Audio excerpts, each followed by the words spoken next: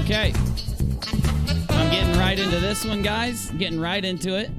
So this is a more off-the-cuff stream so that I can voice my support for Anti-Ordinary or Demi. And try to maybe incite other creators out there to do the same thing on their channels because of the serious nature of what we're about to talk about. And I will describe the ironies that are laid within what happened and how it exposes certain people even more to prove what people like me and others have been saying about McRae and his cronies for the last few months has been entirely true the whole time. These little actions are evidence towards that. Let's get right into the main thing, though. It looks like I've got it all ready to go for you. There will be two phases to this live stream. The first one is me describing what I just saw and what I have just found to you, and it'll be a little more organized. The second phase will be a more unorganized, me taking things from the community as it comes in through Twitter and Discord and reading it out to you, what other people have found. But there's more than enough actual evidence to be able to do this stream and to show you what's here. So we are going to start off with Sweet Heathen and Steve McRae going on a campaign to incite people to flag Anti-Ordinary, thumbs down Anti-Ordinary, and the new Great Debate Community, the new GDC, and to block them, and even worse, report them. Steve and, let me say this one more time without music, busy please. Steve and Sweet Heathen and the rest of the Steve McCrew are trying to incite the few followers that they have left, the few followers that they have some type of influence over, to attack Demi, Anti-Ordinary, and get her Twitter and YouTube's taken down, with a focus on the Great Debate Community. Also, the reason this is happening is because Steve is jealous. What happened yesterday and the day before is that Steve went live playing a video game, and then he went live doing a philosophy stream. Both of those streams were shit. Everybody said it. Everybody knew it. Even Steve knew it. And they didn't get that many views. They didn't do that well. Of course, the like-dislike ratios turned off and all those things of his channel, right? But he was jealous seeing that Anti-Ordinary literally just creates a brand new channel out of the blue. I do some streams. Progressive Liberal, Pro-Lib did some streams that were just banging. The live chat was popping. It was exploded. It was viewers coming in and out like crazy. Good views. High current viewer rate. And I know Steve McRae better than most people do, other than his hardcore crony group. I know he was jealous as hell, and he was watching me, he was watching Anti-Ordinary, and he was watching Pro-Lib's stream. Here's a little bit to get into it, to get started here, and give me something a little bit spooky there, Biz, because Steve McRae now becomes Mundane Matt. He becomes a false flagger. Now his own followers not only are exposed also as helping him do this atrocious behavior, but remember, do you remember when he was attacking katiejoy Paulson? His main arguments all got debunked with hard evidence. Remember me debunking the strike that Leslie got? Remember me debunking those images of Katie saying something about a boy, a little boy? Remember me exposing that it was actually Steve who says things like that about little kids, right? All of the things got debunked that he used against katiejoy Paulson, and what was the one thing he used for months over and over again about katiejoy after all that happened? He used that she told people to go strike channels that were harassing her and her son. He framed it as if it doesn't matter what anyone else says. This is mass flagging, and katiejoy now is an evil person. I can't tell you how many of his cronies, regardless of the evidence that I showed that he was lying about katiejoy on many of the things that he said she did wrong, they would ignore me showing evidence that he was debunked on several of his things and all focus on a narrative that he told them to say, which was that it didn't matter because she still false flagged people. You can go back and look in the comment sections. You remember how I don't delete comments and I don't disable comments or ratings on my videos? Go back and look and see what people are saying in the comment sections of those videos. And then you tell me whether or not Steve's cronies were using that narrative. Well, now Steve himself used it directly, so that can't be denied. We cannot deny the fact that Steve used that narrative. That's all he would talk about is how, and Cheshire, that's what Katie Joy was. False flagging a channel. It doesn't matter what Uni debunks about what we said she was. If she false flagged, we can say these things about her. Well, we've shown evidence that they have struck people since this happened with Katie, but here is direct evidence of Sweet Heathen under the orders of Steve McRae, and McRae is doing it too, mind you, telling people to block the GDC, as in ignore it, as in do not engage with it, do not listen to anything they have to say. He's doing this because the stuff that they say is true, and it makes him look like very nasty and evil, and he wants to keep that from the people that pay his bills to increase the chance that they will continue paying his bills, right? But he also has told people to report Demi's Twitter and YouTube, and he's telling people to report the new GDC. And now the ironic thing here, Demi has had every one of her Twitter accounts taken down anytime Steve gets mad at her, right? Now, what I think happened is that Steve told people to go do this behind the scenes, and it didn't have an effect because he's been losing support so fast.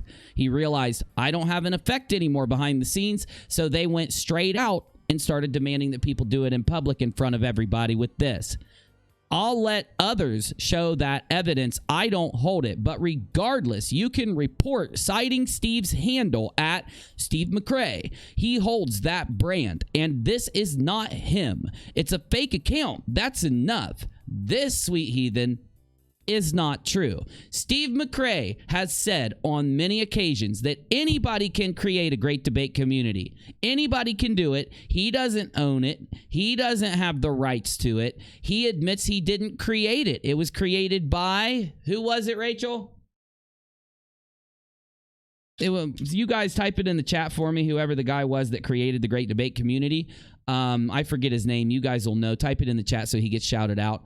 But Steve did factually, by his own admission in several videos, which I will play for you in just a few minutes, admit that he doesn't own the Great Debate Community. He doesn't own the brand. He doesn't own the name. Anybody can make it, and Sweet Heathen knows that she's lying. It's not about the Great Debate Community. He's told people to make their own Great Debate Community so many times that his own audience can't even deny that he says it constantly, and Sweet Heathen knows this. This is about them tricking their following into thinking that there's a good reason to go flag the Great Debate Community because it's getting more views than Steve McRae.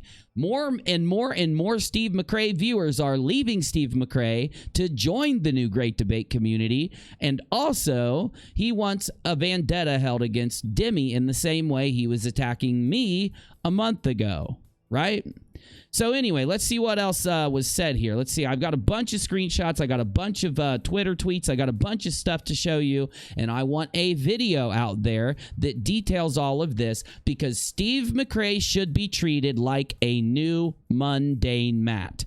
Mundane Matt was a guy who false struck a bunch of channels simply because they criticized him after he got a bunch of attention for being a good guy and a bad, poor victim because he had his own channel false struck. He was a victim for having his channel false struck, but he became a perpetrator in perpetuity when he started striking other channels. I got to stop joking around, man. I can't help it. I have fun around here, dude. I want to have fun. I can't help but joke around.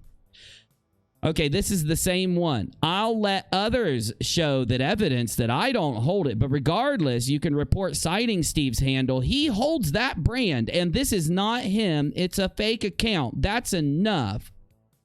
Why would you want people to report it? sweet ding dong then. I don't know what to call her. Ding dong heathen. There we go. Just clarified that there is an actual CDG Twitter. They asked for that info when you report an impersonation. How do you all know that it's rather ordinary? I'll let others show that evidence. I don't hold it. You see what they're doing here? They are telling their followers, their brainwashed followers like Ashley Scott, to go do this. It's crazy. Wake up, Ashley. You're a good person. I know you are. Wake up.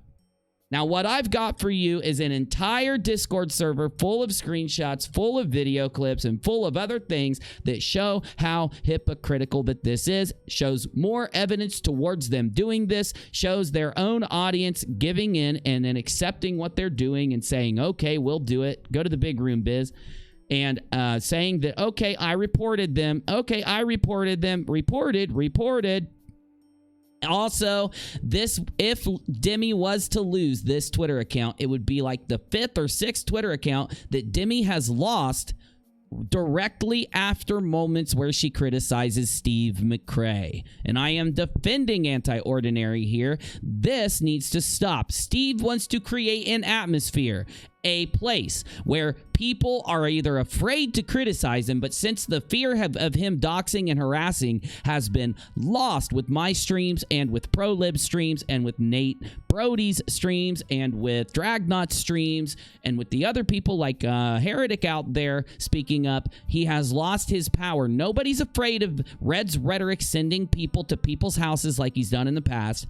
Nobody's afraid of Steve McRae doxing people like he's been recorded doing recently and has done many times over. The fear is gone. Now that the fear is gone, people are rising up and they're starting to criticize him. And the community that used to watch Non Sequitur and him now criticize Steve McRae all day, every day. That's what they do. He's a lolcow. They do it for the lulz. Anything you do to Steve triggers him. He starts booming, literally. Boom, boom, boom, boom, boom, boom.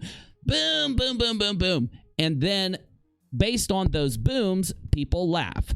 Now he is the lolcow that I told you all he was a few weeks ago. Now, just evidence for it. We've got putting it out there that the GDC community is a fake account and not the actual GDC. Yes, it is the actual GDC, sweet heathen. Steve McRae is the fake account. Steve McRae stole, and I have clips of him admitting to this that I will show you, sweet heathen. He stole the account from the actual original members. This new GDC that's there is comprised of more original members, comprised of people that have been there longer than Steve McRae in the GDC, provably, factually recorded, put on the internet, still there to be fact-checked. So who's the impersonator, sweet heathen? Is it the new GDC that has all the old members on it? Or Steve McRae, the guy that stole the GDC? The impersonator is Steve McRae. That's his entire presence.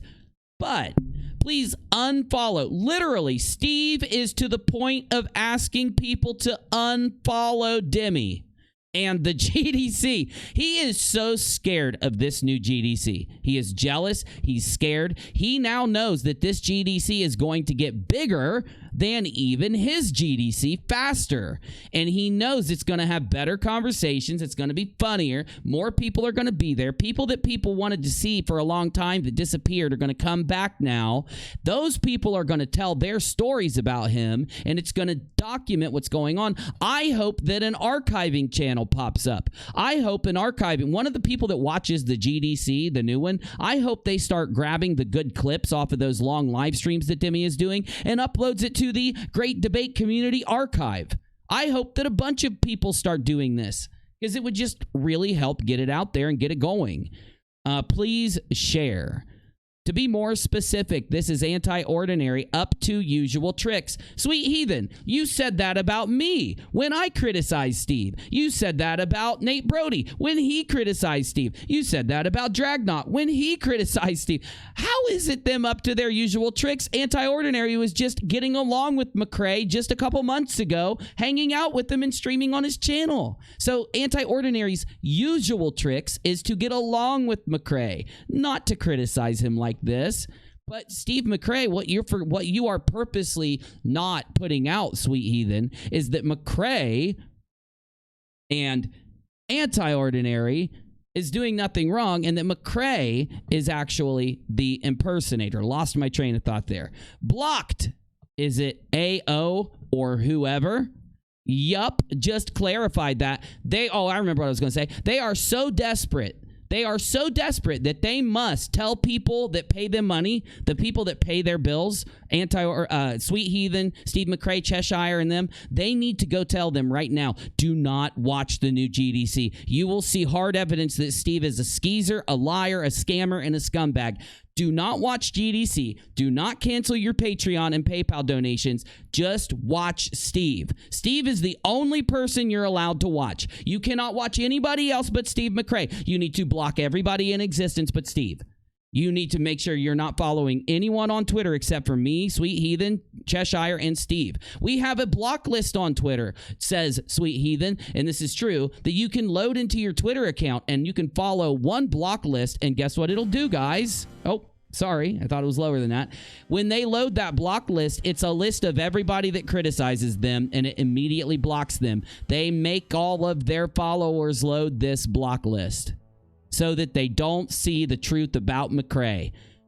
McRae's empire has already crumbled. This is the desperate attempt of somebody who cannot win an argument, cannot debate. Ironically, you can't even debate an argument. You got to block everybody here? Like, what? What's going on with this, my bro? I don't care if you kick some people out of a live chat, but this is going too far, my dude.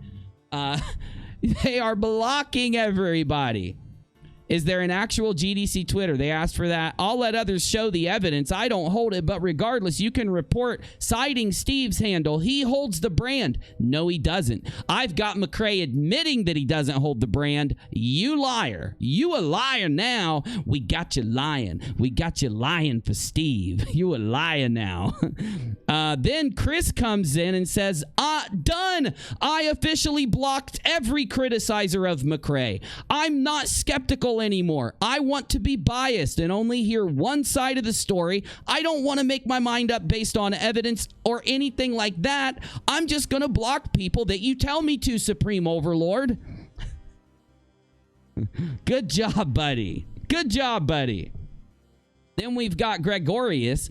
Also, since it's appropriating the name of the Great Debate Community and passing itself off as a revision of an older channel, I'm taking the liberty of reporting it through YouTube as a deliberate act of impersonation. Then, by proxy, you must report Steve McRae as a deliberate act of impersonation, because I will play you the clips.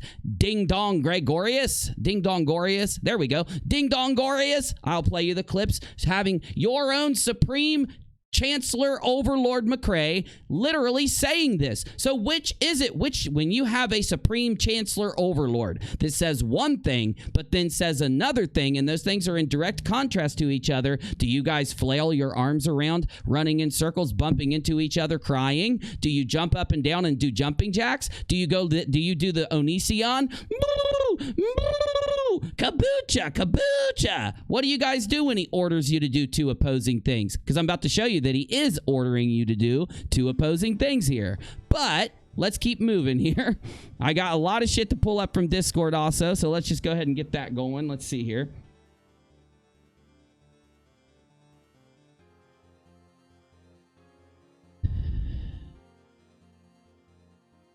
Oh my God. There is a complete breakdown of all of this. I love it. I love it.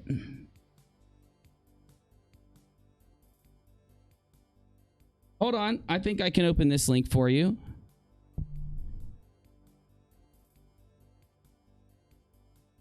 It looks like GDC here. This looks like Anti-Ordinary says, this community is not anti-ordinaries. AO, have tried my hardest with little success, it seems, to make it clear that I simply made this platform to provide it to the people, as it was something they had been asking for.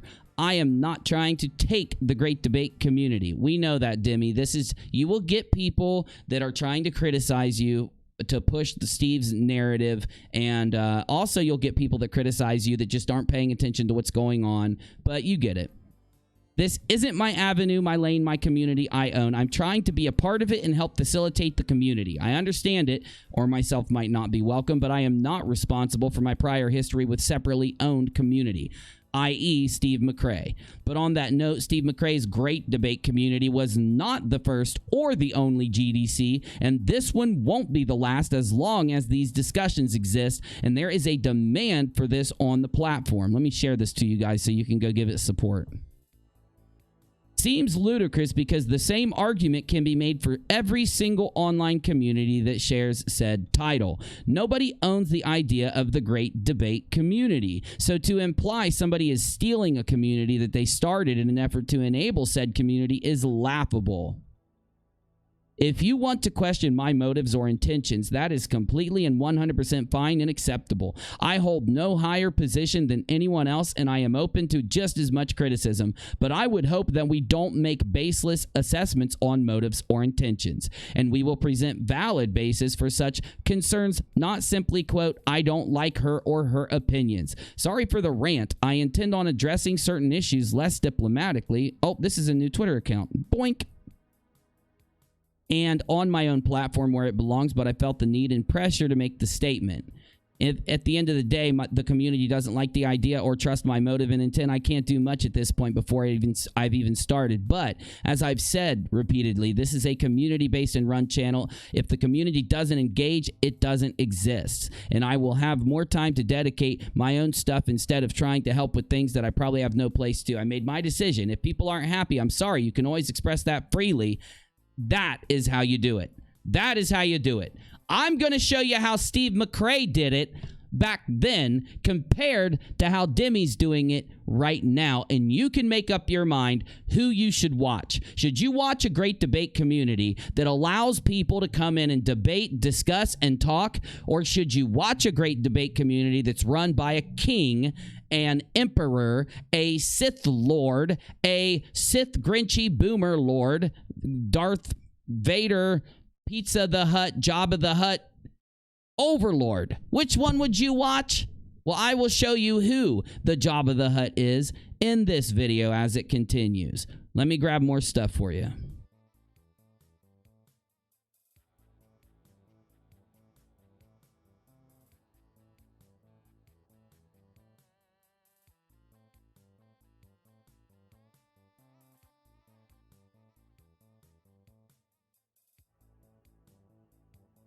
So we've got this.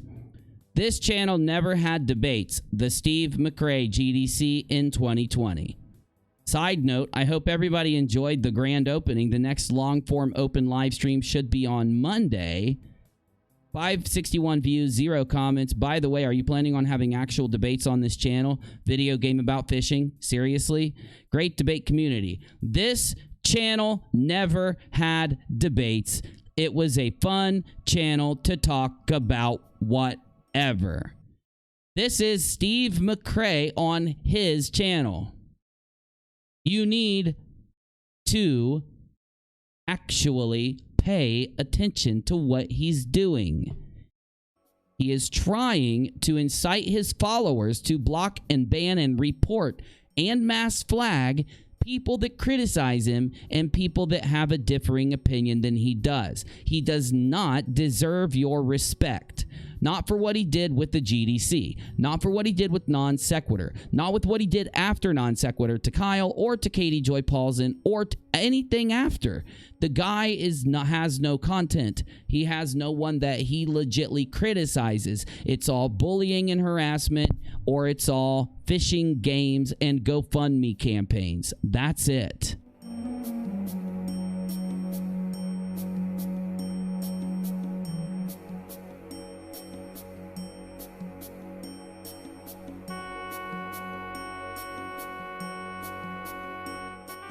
So, looks like there is a false flagging campaign. Did I retweet this? I think I did. I might be clicking the wrong thing. Wait, here. Fuck, dude.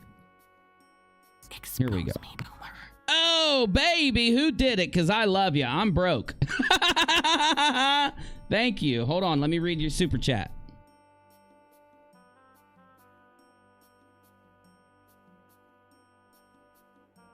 I should have brought up the super chats before this, but it's okay. We've got it up now. It's loading. It's loading. And you said to me... Well, it's not showing. If we give it some time, it will show through, guys. I'm sorry. For Uni, Dimmy, and Busy, it looks like. For Uni, Dimmy, and Busy. Thank you, my friend. Thank you, She-Wolf. Appreciate you. Okay. So what do we got here? Looks like there's a false flagging campaign going on, folks. Great Debate Community is not a registered trademark, and multiple video clips exist of Steve McRae stating he does not care if somebody makes their own Great Debate Community channel. This type of targeted reporting. This is Steve McRae. Apply every criticism that he gave katiejoy Paulson, every one of them. You now must logically apply every single hour, every single minute, every single, hour, for fuck's sake. He streamed for days, or if he streamed for weeks, if you added up all the hours. Wasn't it 240 hours that he streamed against katiejoy Paulson from a brief look? That's not even comprehensive. A baseline 200 and some hours, if I remember correctly. He provably, you got to take what he said about katiejoy Paulson and apply it to him. Every word.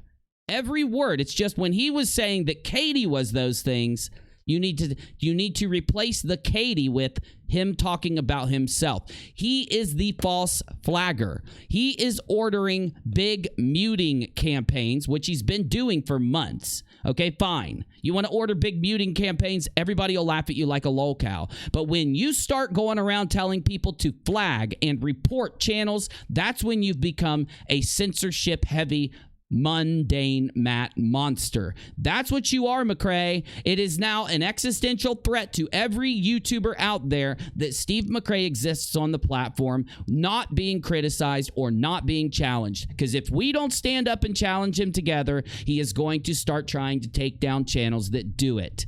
He should not be permitted to do this to Demi, Anti-Ordinary, a new Great Debate Community, because Tyler Durden, can you do me a favor, my dude? Will you please get me a couple clips of him saying this? I have all of the rockAlot pouring through the old streams right now of him directly saying anybody can start a Great Debate Community channel. I don't care if they do, and I don't have the copyright, but I do have I do have clips of him telling you that you'll see in just a minute that he doesn't have a copyright. If you are in my live chat and you have this clip, tell my mods where it is, and I will put it on the screen.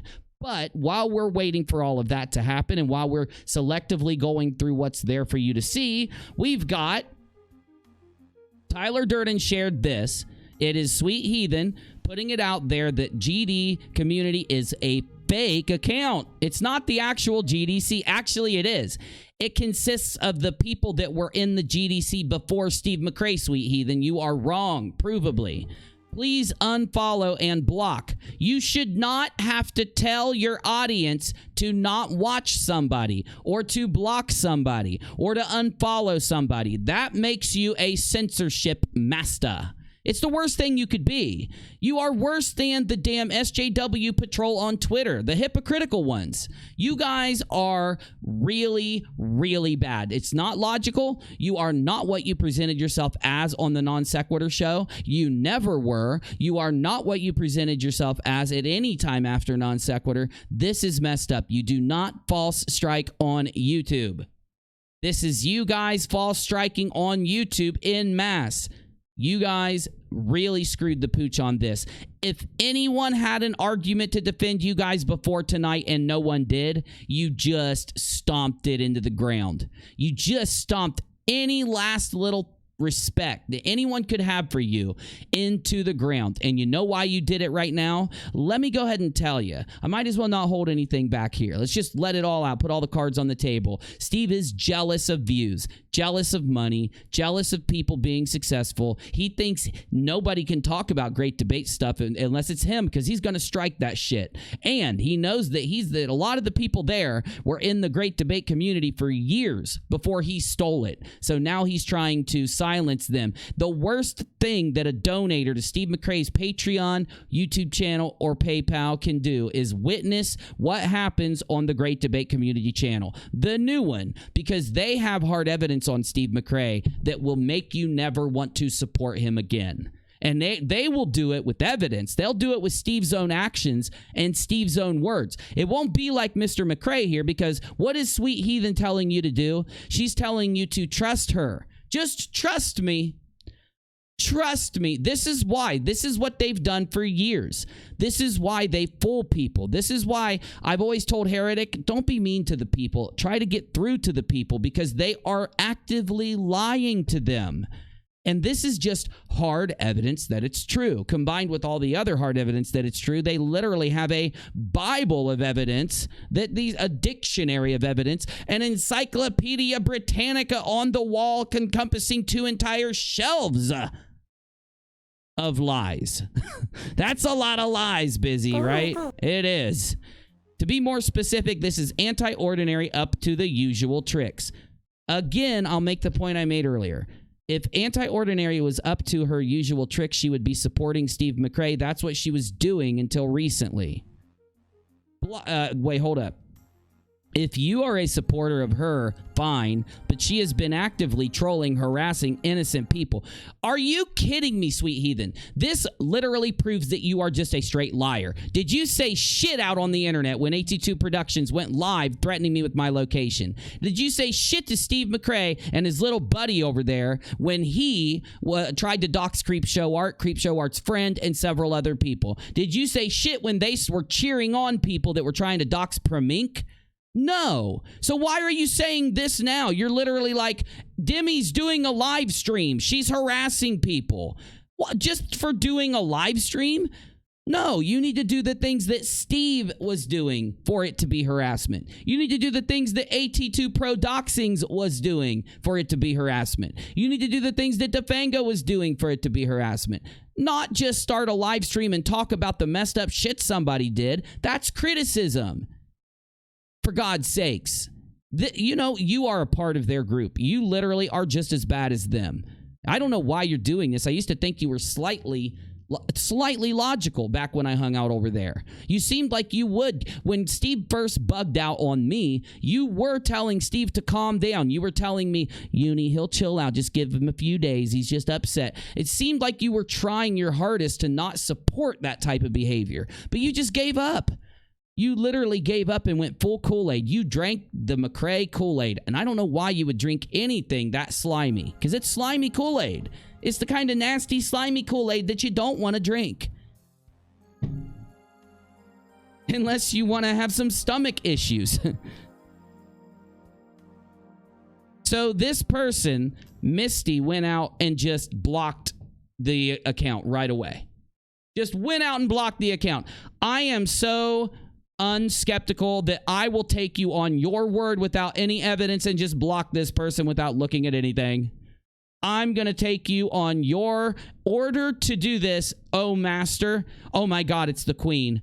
It's the queen. Do you realize that she said that she's never dated Steve McRae? She's never been with Steve McRae. They were only friends. She said this a million times. So in reality, Steve is a simp.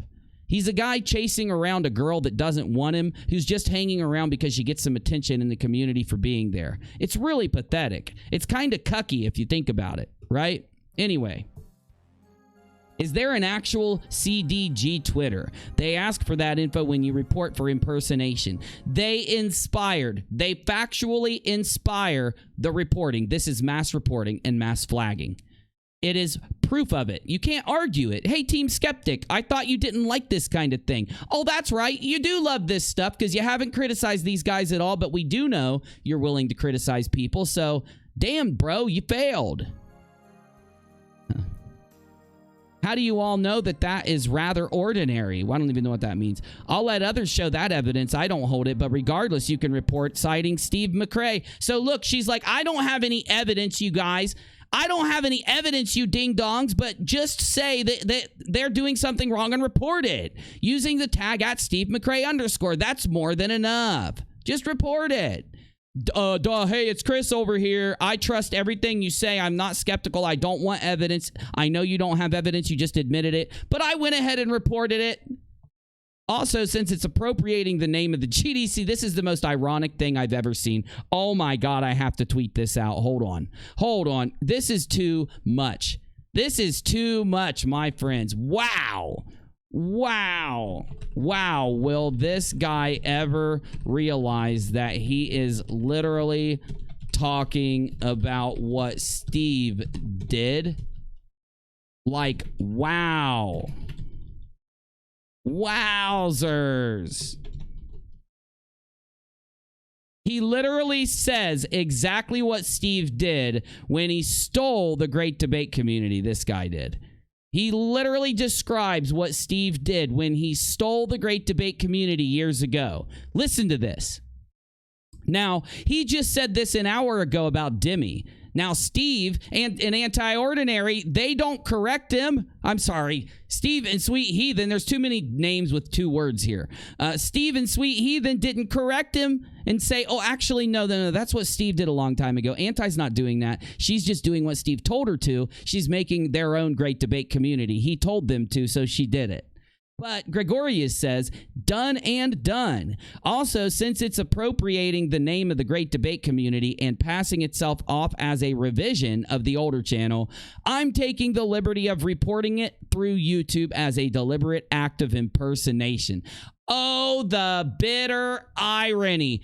Gregorius, after doing that, are you going to go report Steve McRae for stealing it? Because he took it from some guy back from 2013.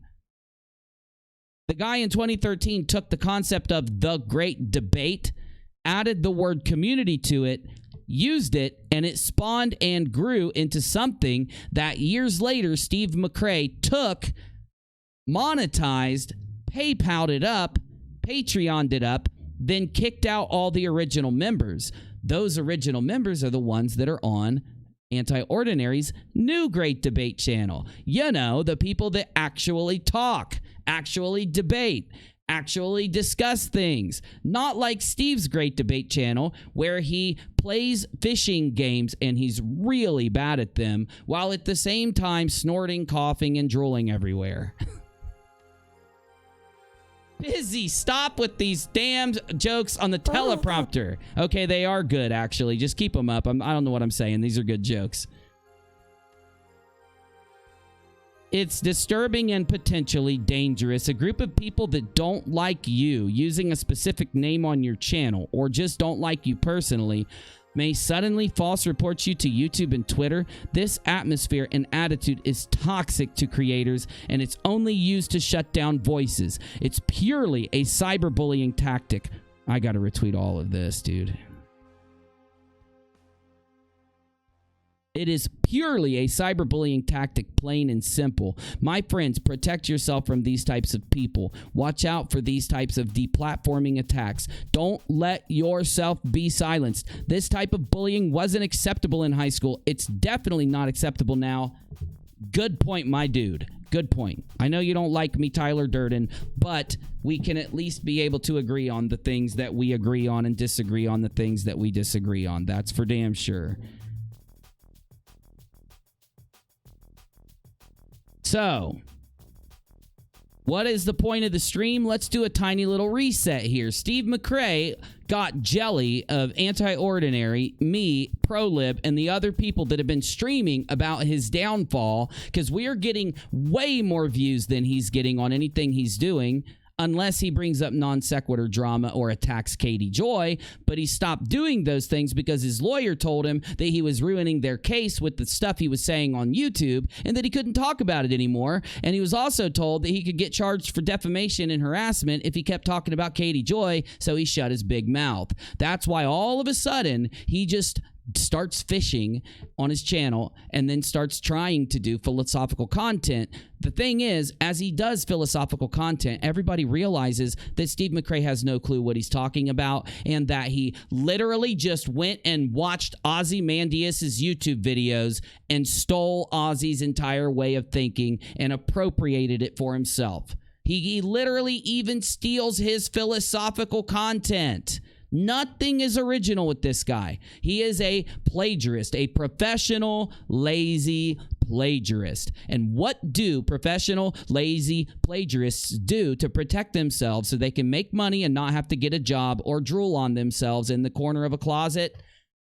They strike and silence people. The evidence is everywhere. It's almost astonishing that they think just because they private their accounts or just because they have locked themselves up into an echo chamber, and this is literally the definition of an echo chamber on Steve McRae's social media. Steve McRae got the attention of a whole bunch of people by attacking Katie Joy, by attacking me, by attacking Kyle, by attacking all the people he's attacked, Bill Ludlow, RN Raw, and he tries to sap members of every other community by doing this. Then he locks down his Twitter. He locks down his presence, creating a massive echo chamber, and then goes in there and orders people to go false strike, to go report people to Twitter. This is why anti-ordinary, and he does this to trans women and women more than anyone else. Factually, he really has a massive problem with any trans person whatsoever. He targets them. You could see this happening throughout his time. This is why he's been called transphobic many times over. He'll tell you he's called transphobic because he thinks that you shouldn't have trans athletes in sports. That's not why he's called transphobic. He's transphobic for what he does when he attacks trans people. This is messed up because he also makes targets out of females. Also, he may attack a male. Okay, he may attack a male, but when someone that he's coming up against is a female, he will sit and just he will do these attempts over and over and over and over and over for a very extended period of time. This is why Demi is on like her 6th account that's been hit. This is why Katie Joy was attacked for 9 straight months with the same criticisms that led up to him faking a bunch of criticisms, and that's what I called him out for, and that's why he got mad at me. You notice how he didn't call me out for long before he put me on the list of, never say UNIRock's name, because he knows I've actually been doing some massive exposing of his tactics. I've been taking the evidence that exposes his lies about non sequitur, his lies about this other stuff, and putting it out there. He doesn't have the balls to try to false strike me, but he'll do it to Demi, and he'll do it to Katie, and he'll do it to other people. Let me just go ahead and round this into the second stage of the stream. The biggest, most messed up part of this is that when I debunked all of his stuff he was using against Katie Joy Paulson, I debunked every point that he had against her and showed that they were fake. He said that he had one thing that I couldn't debunk: the fact that she had mass flagged people. I told him she didn't mass flag people, because when you false strike and mass flag, you have to be false striking. If people are harassing her or her children in those videos, it's not a false strike, right? That was my argument. But his opinion then, it doesn't matter. If you ask for a mass flag, no matter what the reason, you are an existential threat, was his exact verbiage. Now, McRae, Sweet Heathen, and their minions are the existential threat to the YouTubers, guys. Provably. Tyler Durden, even though I don't agree with them on a lot of things, is more than 100% right here. This is all censorship, cyberbullying. It's another facet of that thought process. Nobody can sit down and have a talk. Hey, what is a talk that you have with somebody when 2 people don't agree? That's called a debate. How ironic that his channel is named the Great Debate Community when it's all about censorship, false striking, and bullying and doxing, right? So let's get into some things that I think Sweet Heathen isn't going to like me playing once she realizes how wrong she is.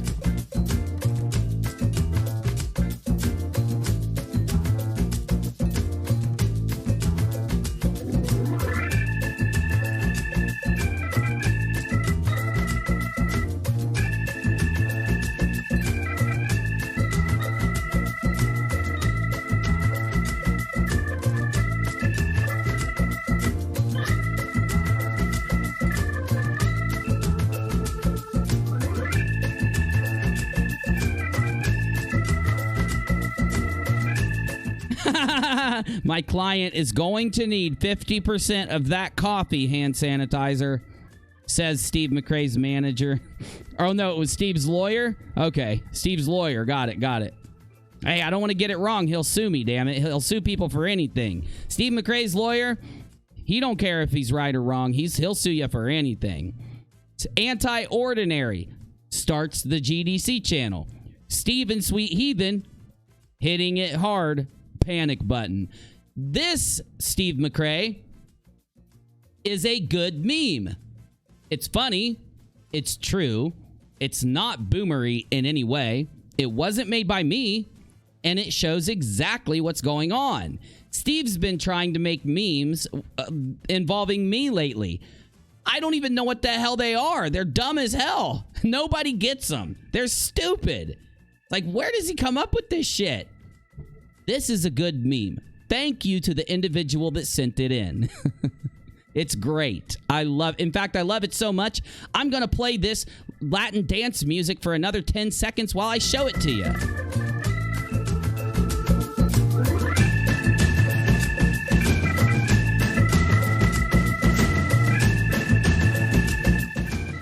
Yes, Fantarang, I've been challenging Steve McRae for a debate on Modern Day Debate since back when the katiejoy shit happened and he got mad at me. Remember when he doxed me on that on Defango's channel? I told him, no, I will not go to Defango's channel and talk to you because Defango has doxed me 2 years ago. Remember when he admitted to doxing me that night in that video? But I told Steve, I'll do it on a neutral platform. I choose Modern Day Debate. I have offered him a debate about the katiejoy situation since then, and I've added in that after we debate the katiejoy situation, we can set a set amount of time for the katiejoy situation. Then we can move on to him stealing the Great Debate Community. Then we can move on to him suing Kyle. Then we can move on to what he's done doxing people in the end, and he can defend himself against every last bit of evidence that I've collected on him in the last 2 months. He is so scared of debating me that he shit his boomer diaper and rolled around in his closet kicking and screaming with Sweet Heathen telling him to calm down and wiping a wet cloth around his head in the spots where the gray hair wasn't there to stop the cloth from touching his skin. He was scared, really scared. He won't do it.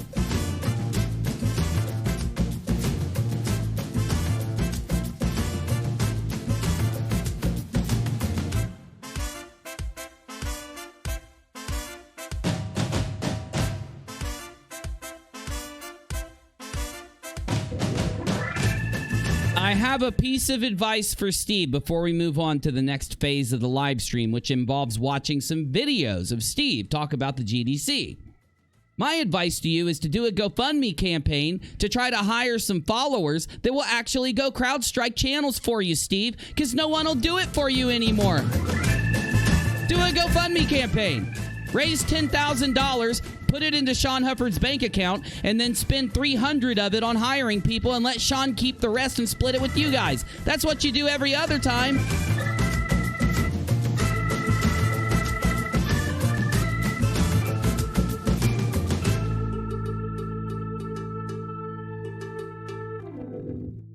So, next up,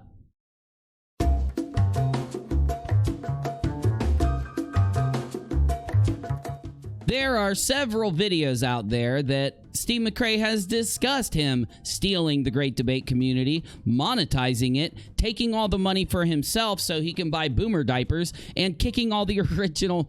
Busy, the script of today's live stream on that teleprompter is just crispy.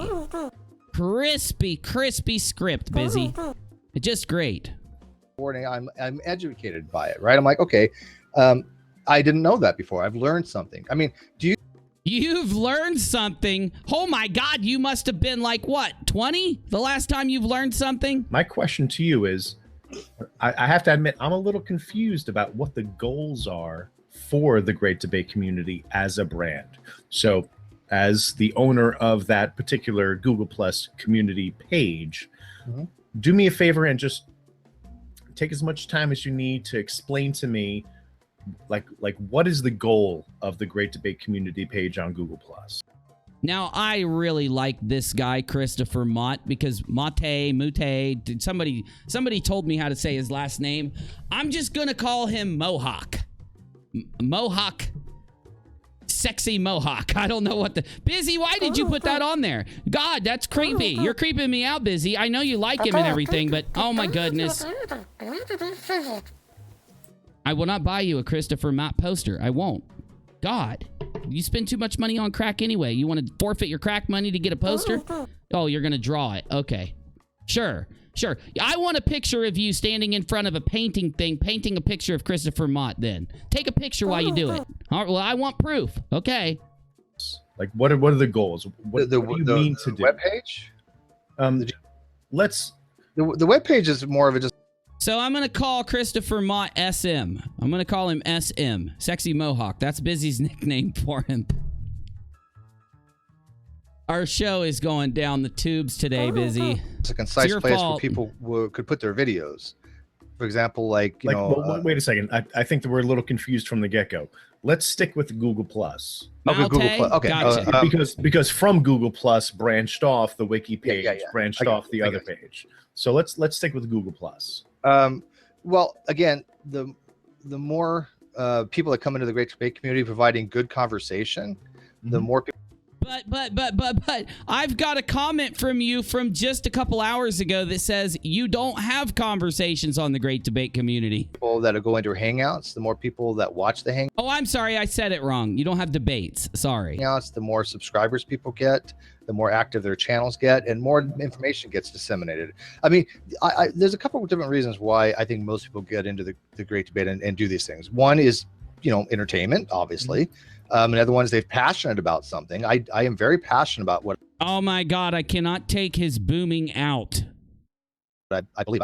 I don't change my beliefs on a whim, right? When Yes, you do change your beliefs on a whim. One day, months ago, you thought that UNIRock did great videos. You thought he was a great, honorable guy, an honorable veteran who'd served in the war. You went around telling people that you need to watch UNIRock's videos. They are so good. And then he criticized you very lightly one day, and you completely flip-flopped. I could name that thing about like 20 other people. So don't say you don't change your opinions on a whim. You do. I have to have good reason to change a fundamental belief, right? I mean, you're not going to get... No, you don't. ...convince me that God exists by saying, well, here, look at the Bible, right? So no one's going to convince you anything about God or anything else because you're a horrible narcissist, and also because you don't even know anything about philosophy, evident in your stream from yesterday.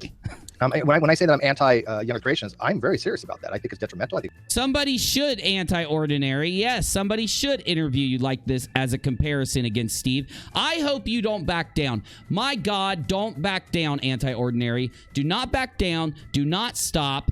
Do not let the pressure from him threatening crowd strikes on you and doing this stuff to you get to you. Do not let it happen. I think it's harmful to society. I think it stagnates people and it limits their ability to think rationally. And of course, the science is just wretched.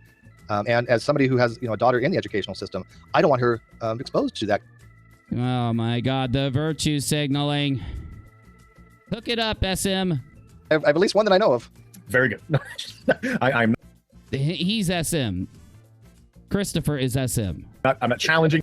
It's Busy's nickname for him. Okay. That's possible, but I think that's important to bring. Son, is that you? that'd be really weird. Yeah. You would have to have been 2 years old. Yeah, you know. Now, I've got a bunch of specific timestamps to play you from several videos that will fully elaborate on what the GDC is and Steve McRae's role in it.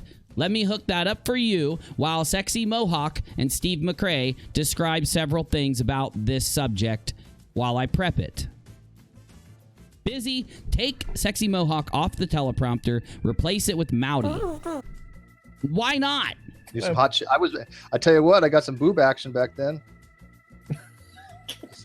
We all know it's been many years since then, buddy. We all know.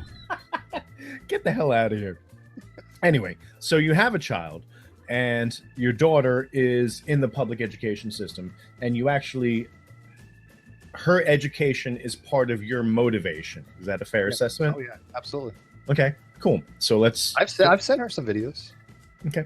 So that's one component. The other component that you brought up was how.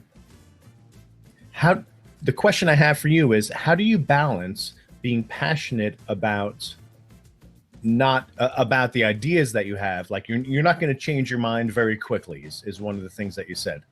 And I'm paraphrasing. How do you balance that with not being an activist? Well, I don't know what you mean by activist then. I mean, most of the bigger channels, right? The people out there that have much more name recognition than I'll ever have, obviously, is the people that are promoting, atheism. I mean, look at like Jacqueline Glenn and Matt Dillahunty and Aaron Ron. Granted, they all brilliant speakers. They all go on tours. No, I don't grant that. Which ones are not? My problem as an atheist is that atheists have shitty arguments for atheism, and I think that Aaron Ra is really good at explaining things, and he's really shitty at debating things. I think that Jacqueline Glenn. We're gonna come back here because we've got some Moabs for you in Rum and Coke Night. Bring your own alcohol and topic. You need to watch this stream from the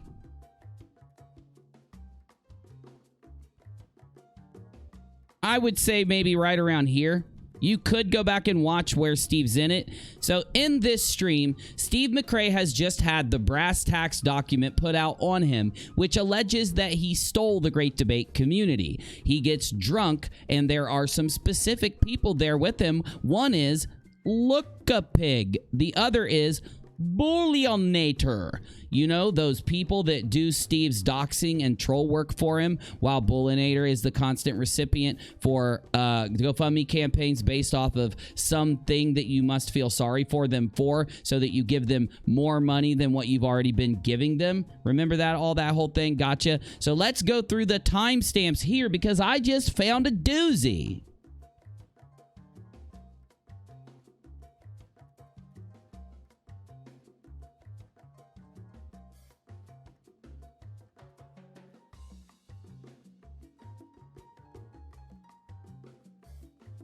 $50505.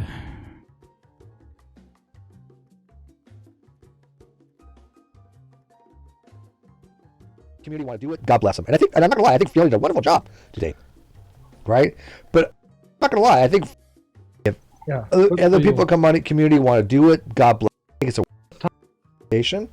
Let's put it this way: they're not even polite about it. They're not. They're a waste of time. I don't spend a lot of my time talking.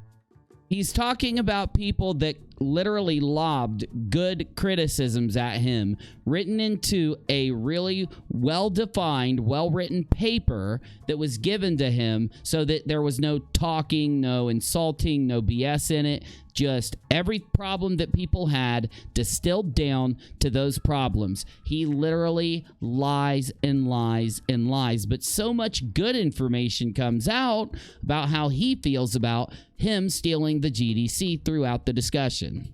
Talking about it. I don't. I think it's a waste of fucking time. If other people come on community want to do it, God bless them. And I'm not gonna lie, I think Fiona did a wonderful job today. Right?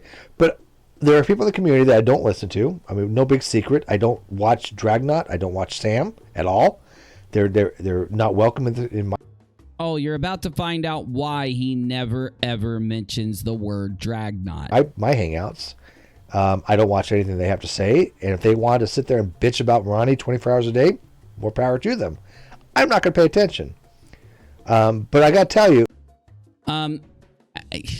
this is hypocritical, because that's all Steve did was bitch about G-Man and Ronnie, so that people were very upset about that statement. Every so often, Ronnie et al. Say things that are fucking ridiculous that I want to point out, and I will. But I'm not going to spend hours talking about them like you do. Dragnot and I'm sorry, you did. Sam does. It's just a waste of my fucking time. We all know the same shit, and they bitch about Ronnie having the same goddamn shit 25 times in a Bring It Evolutionist hangout. 25th edition that had the same exact things he brought every fucking other time. Well, okay. Well, if you want to bitch about that every fucking time, go at it. But I'm not going to bother, because it's nothing new. Ronnie has brought nothing fucking new to the table in ages, and I'm just not going to waste my time on it. It's simple as that. It's simple as that. And I don't, like I said, I don't watch Dragnot. I don't watch Sam. They're excommunicated from my hangouts. They're excommunicated, as far as I know, from the GDC. I will never let them back in. As far as you know, but you will never let them back in. You see the lies and the bullshit spewing forth from the drunken boomer bile. If they want to bitch about Ronnie 24/7, okay, more power to them. Watch whatever you want. But why bother? I don't see the need to bitch about how dumb Ronnie is. It's not even a measure of, do we want to debate if Ronnie's stupid or not? No, we know Ronnie's fucking stupid. I debated him myself. He was a fucking idiot. Wait, what happened though? What was with the excommunication? I don't understand. Well, I don't. Did something happen that I'm just unaware of? Well, I don't. I haven't really talked about it publicly, and the reasons being is because I never felt a need to. Because that I want people to watch. Not gonna lie. When somebody says that you're only doing this for the views, is akin to telling a comedian that they're only doing it for the laughs. When you're a content creator, you want people to watch your stuff. And we all have a different Thought you didn't care about the views. venue of a different Just taking what you said. niche that we approach it with. I am not on the caliber of someone like Paulogia or The Living Dinosaur or King Crocodile. They have very magnificent ways of doing videos. I respect that immensely, and I love their shit, right? But that's not my channel. I think you're selling yourself short. I think you're definitely on the... This guy needs to run away. Just run away. level of Paulogia. Well, hang on, Tom. I respect that. I would do. Thank you very much. But I have to be honest with myself. I know my limitations. I deal much better in a live one-on-one conversation. This is so ironic. I'm going to go ahead and just skip ahead to some points, but listen to this insanity. You can go to this video and fact check this if you'd like. Okay. Hold on. This is too much. Too much.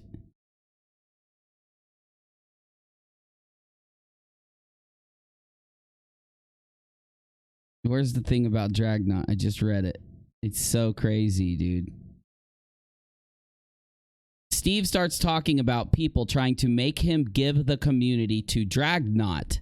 This was utter bullshit. It's the same thing that he did with Kyle, that Red's Rhetoric did with Kyle in the Death of Non Sequitur.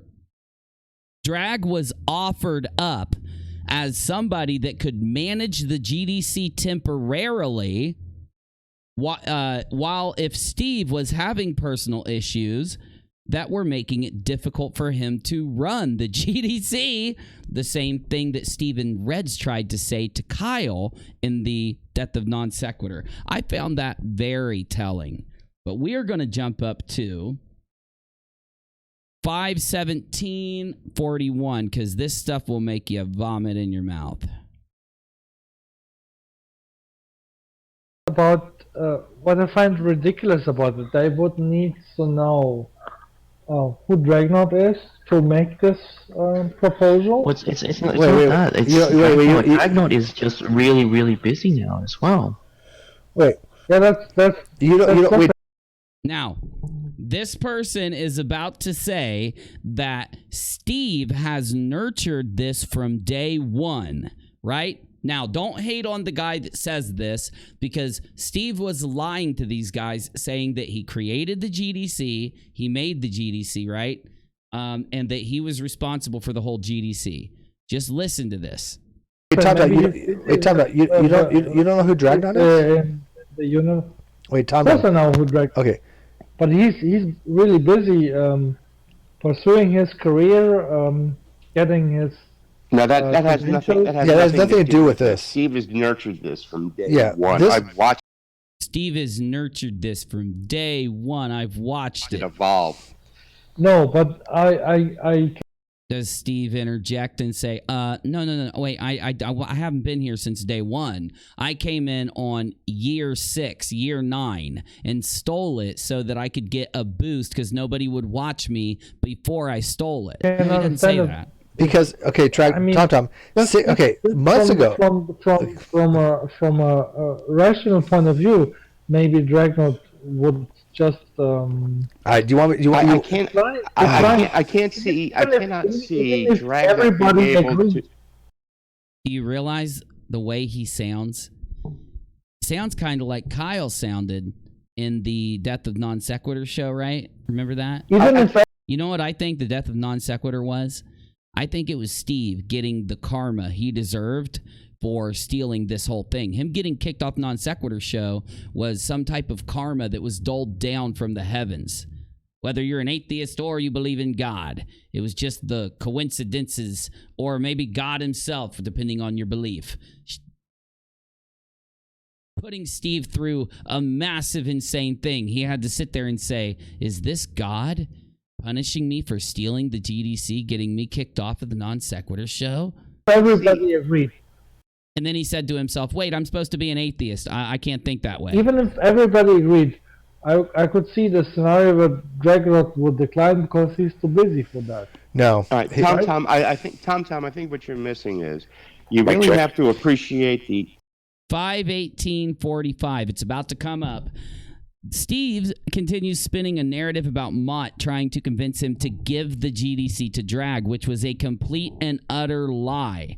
Mott did not try to convince him to do that. Steve just said that to lie to everybody and piss everybody off.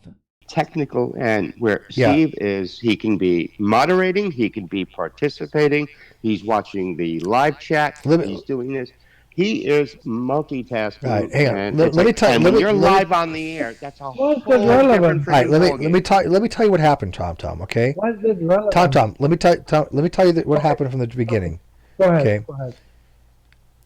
Dragnot had gotten Christopher Mowdy to try to talk to me, in order to convince me to relinquish the GDC G+ to Dragnot. And who was that, Steve? Really? Yes, really. Straight up fact. This is why a big giant portion of people railed against Steve. Christopher Mott? Holy shit, what's up, dude? I had to beg Steve to take my name off of his first GDC promo video. A story unto itself. He was expecting others to work hard, and he built the GDC. Christopher Mott, dude, I know you've been gone for a while. Like, I don't know what you got going on. But, dude, if you want to come talk, it would be a badass discussion. You're more than welcome to come hang out and fill us in. Because the side of things is only out there on Steve's perception. And we're all smart enough to know that he lied through the whole thing. And all of his audiences, too, other than those few sycophants that are left. But people really want to know what happened. They really want to hear your side. So if you ever think that, you know, you'd want to come talk, it'd be awesome. Sexy Mohawk is in the stream. Shut Busy. Calm down. That's not my nickname for him. That's Busy's nickname for him. Busy, you're going to get me in trouble. Look, now I'm embarrassed now. Thank you, Busy, for embarrassing me every time, every stream. Yes, really. Who was that? Wait a minute. Who was that? One question that beefs up on the top of my mind right now, like, whose idea was that? Dragnot's. Well, it could have been. Okay, 545.32. This is the kicker. This is what pissed a lot of people off. Let's get it put up here. I hope Christopher speaks out. I do. Everybody needs to speak out at this point because Steve has hidden this thing using the tactic of muting. I guarantee what he did back then. The same thing he did to everybody else. Tries to threaten people, harass people, intimidate people, tells his following to mute people, makes up lies like this about people so that they don't go. Like, Steve's audience isn't going to go listen to Christopher Mott and hear him out after hearing Steve do this. His audience is going to say, that guy lied and set up Steve. Everybody tries to set up Steve. Everybody in the whole world that meets Steve tries to set up Steve. We know Steve isn't a paranoid, schizophrenic, supreme narcissist. Oh, no. He's a normal guy that everyone sets up that he bumps into. I've worked my ass You want to jump in now? You're more than welcome to, man. Okay. Well, let's do it. I was gonna try to schedule something for you, but that would be freaking perfect, my dude. Let's do it. All right. I'm gonna try to get you through either Discord. I'd like to get you through Discord, but if you don't use Discord, we can get you in through Skype. Actually, Skype would suck, but anyway, we'll see what we can do. I'm gonna send you a couple different options, but let's see what we can do here, dude. The preferred option would be Discord, and here comes a link to your email.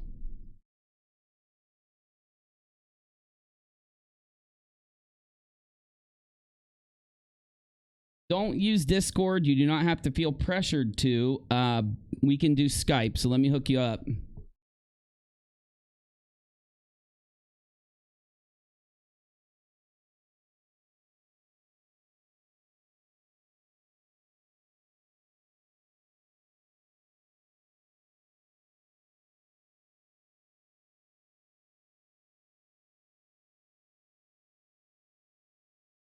All right, email sent.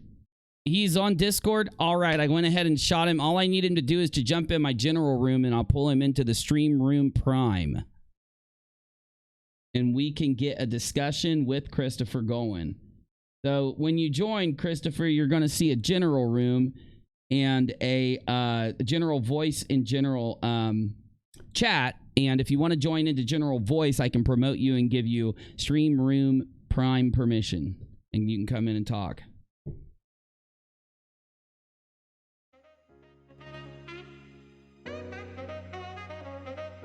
Hell, dude, we don't have to sit here and watch clips. We can get the story from the horse's mouth.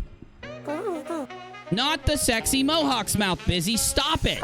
I'm about to talk to him. This is embarrassing. When you do this, you're going to get fired again.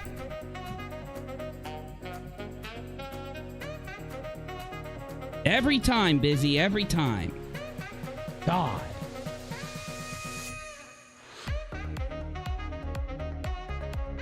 Incoming, Christopher Mouthawk.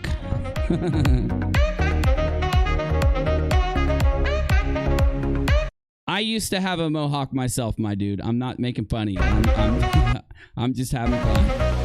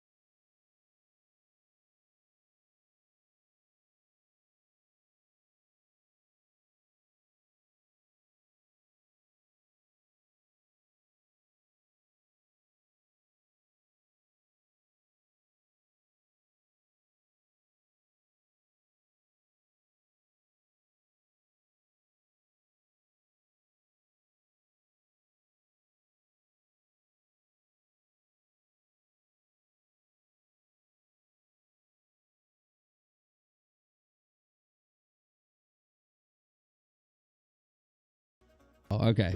All right. Hey, good to have you, man. Never talked to you before. Everybody watching, we're live with Christopher. So, dude, straight awesome, bro. What made you jump in? Give me your thoughts, I guess. Introduce yourself. Well, hello, everybody. My name is Christopher. My last name is pronounced Mowdy. Rhymes with Mowdy. howdy. Howdy, Yep. Mowdy. Got it. Yeah, exactly. That is the easiest way to remember it. Gotcha. And so a couple weeks ago, I was in Drag's Discord, and I ended up kind of jumping out because I'm not really a big fan of this drama thing. But I noticed a weird uptick recently in people subscribing to my channel. And really? And so I was just like, all right, what the fuck is going on? I'm allowed to curse, right? Yes, you are. As much as you want. Yeah. I was like, what the fuck is going on? And so I did a little research, and apparently people have been rehashing the whole Steve thing. Yeah, man. Really, it is some dramatic. It's some drama. It really is. But it's drama that won't die. Not because of the community. The community is pretty fair around nowadays over trying to drop drama for the sake of drama, and not like beat a dead horse with it. But there's a lot of things that have extended it out, being they were recorded live, trying to dox people. They're trying to get channels crowd struck to the ground. And so now people are bringing it up more as a way to combat that a little bit. And then you got brought up because the big question is with Demi or Anti-Ordinary creating this new Great Debate Community channel, whether or not Steve even has a right to strike them, because isn't that what Steve did a long time ago? So if you want to talk about that, you're probably the foremost expert from the other people that have talked on it. What happened back then, you know? Well, I mean, so the Great Debate Community used to be just an umbrella term that kind of covered anything having to do with discussions or debates having to do with the God concept, atheism, deism, theism, philosophical, psychological, scientific, evidence-based versions of that. You know, it was that kind of hang, and it was just a very loosely put together community, so to speak. There were more specific communities that dealt with like philosophy or religion and stuff like that, but a group of what I'll just call the old guard, and there's an even older guard than me, but I was part of a version of the old guard, and people were making videos, and YouTube was still kind of let's see, it was younger, and the way that it exists now with the monetization and the Patreons and the what is it called, the super chats and all that stuff, that wasn't so much a thing back then. So Steve, as somebody who was newer on the scene, kind of made it clear that he wanted to kind of put together a network, a GDC network, where the top people, not the top people, but the people who had popular channels already could there could be a hub for everyone to access these videos instead of having to go to each individual person's channels to subscribe or whatever. And that was encouraged because most people weren't online full time and didn't really want to put the effort into it. And here came Steve wanting to put some effort into like making this network, is kind of the idea that the initial idea as I remember it. And then, and then and then Steve is Steve. And so his efforts to manage turned into what currently exists. But back then it was, let's see, I'm going to try to talk in as value neutral terms as possible. I have my own personal issues with Steve, but I don't think that should color other people's perceptions of Steve. Again, as I said, I've said to Steve before, and as I said in the hangout that I had with him, any critique that I had at the time was in good faith, hoping that he would do good, right? Because I wanted very much for there to be this awesome hub where you can just one-stop shopping for all the coolest things. But as you had mentioned, some of the ways that he was structuring it were kind of jive, like, okay, so if it's going to be monetized, how's that money split? And why is it only your Patreon on the YouTube page, and why is that the same Patreon that's on your personal page? And what's the difference between the Steve McRae page, YouTube page, and the GDC page? And so how is that monetization going to work, right? To the point where like he initially put out a promo video for the GDC, and my name was in it as a content provider. He asked no permission, none's permission from me to put my name in it. And I didn't very much agree with the way that promo identified what the GDC was about. So I messaged him privately, hey, take my name off of that. And he kind of hemmed and hawed about it, and eventually did it, but he made it seem like it was a great burden for him. So I thought that was kind of weird. And that was one of the things that started to chip away at my being charitable to him. You know, from my perspective, the benefit of the doubt has been relinquished from Steve by Steve, just because of his actions. So I thought that was a little bit weird, but hey, people fuck up all the time, and I'm happy to let them fuck up because I'm imperfect as well.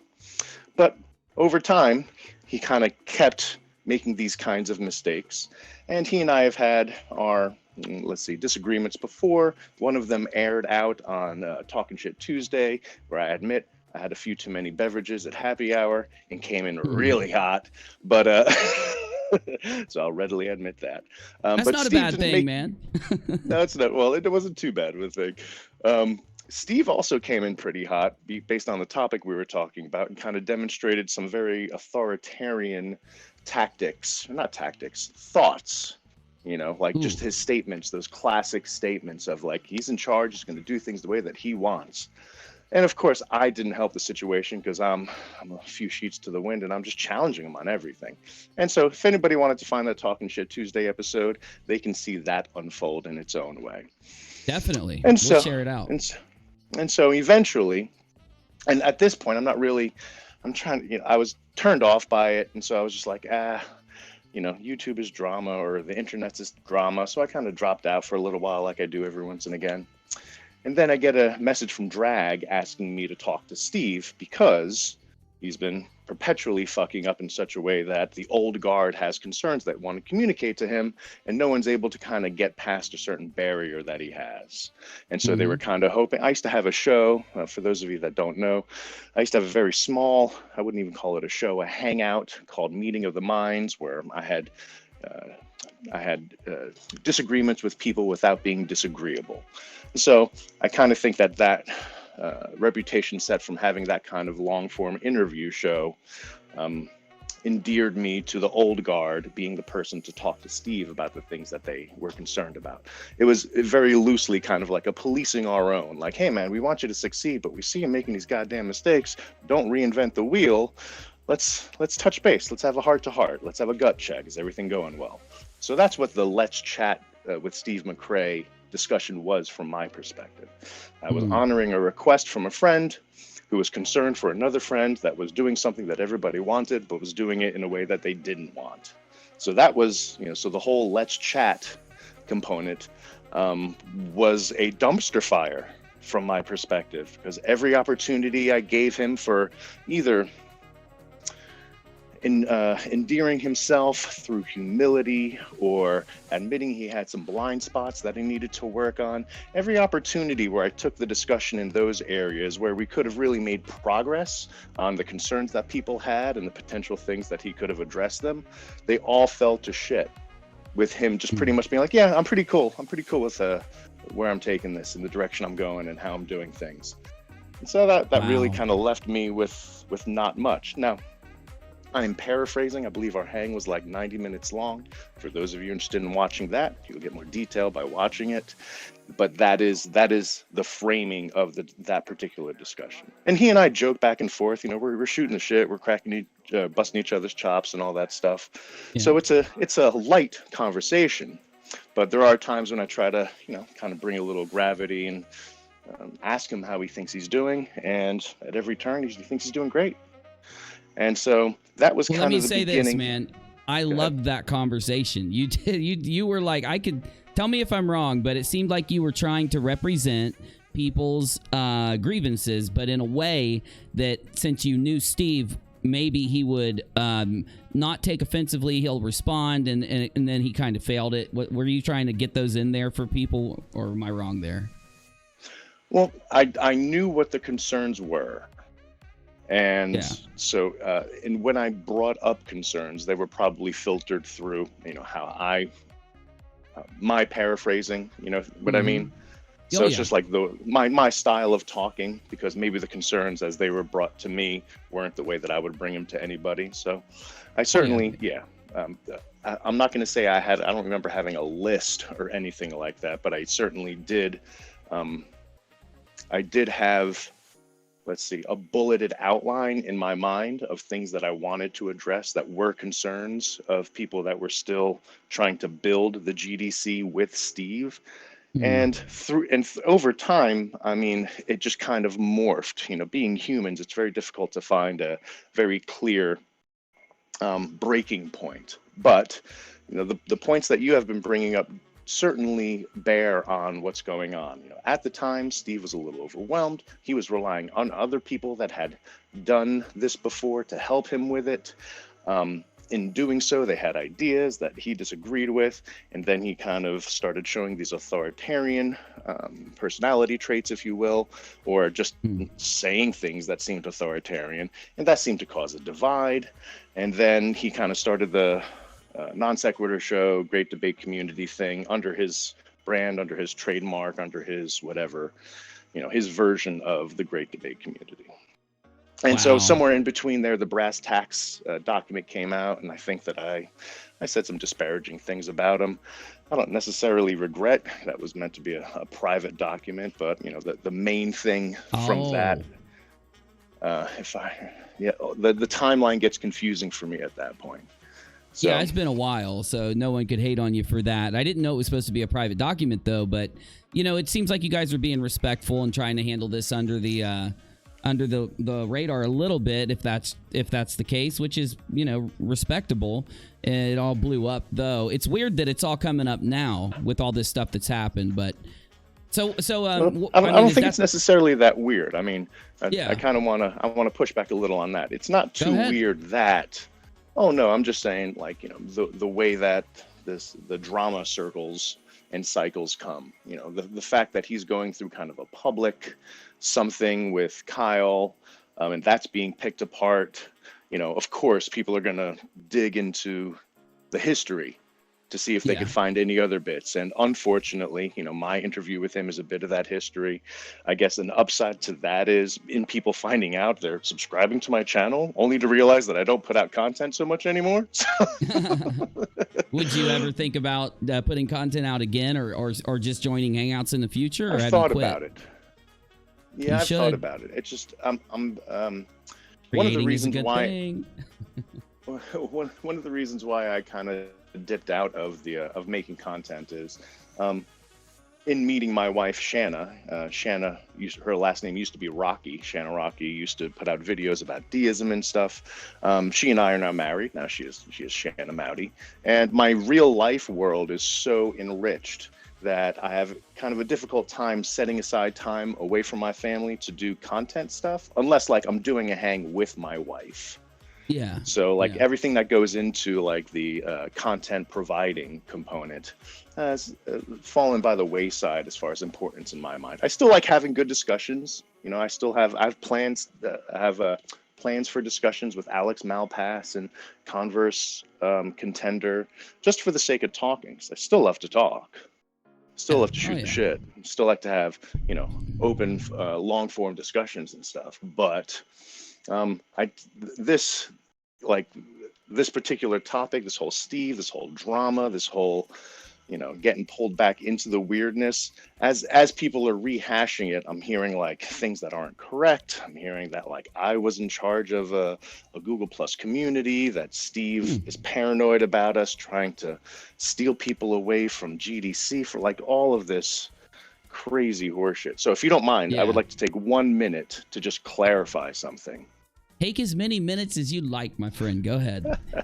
So just real quick, for anybody who is listening, and for anybody who has heard Steve make aspersions about me and or my wife trying to get people from the GDC into a group called Philosophy of Religion.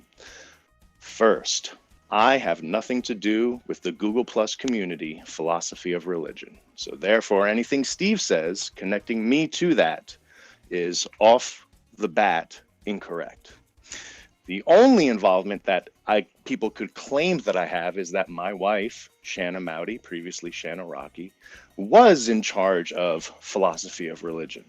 right?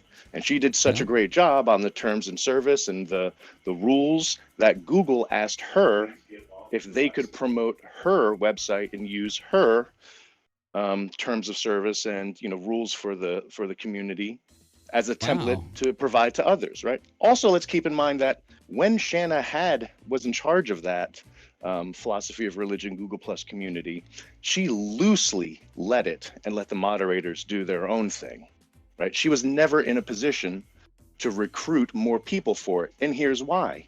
It had 250,000 people subscribed. Oh yeah. She was not in a position to recruit more people. Further, even if she did, most of the people that were going into the Steve version of GDC were already in philosophy of religion. Secondly, it's not a zero-sum game. You know what people can do? Be a member of both. Oh yeah. So like just the logic isn't there.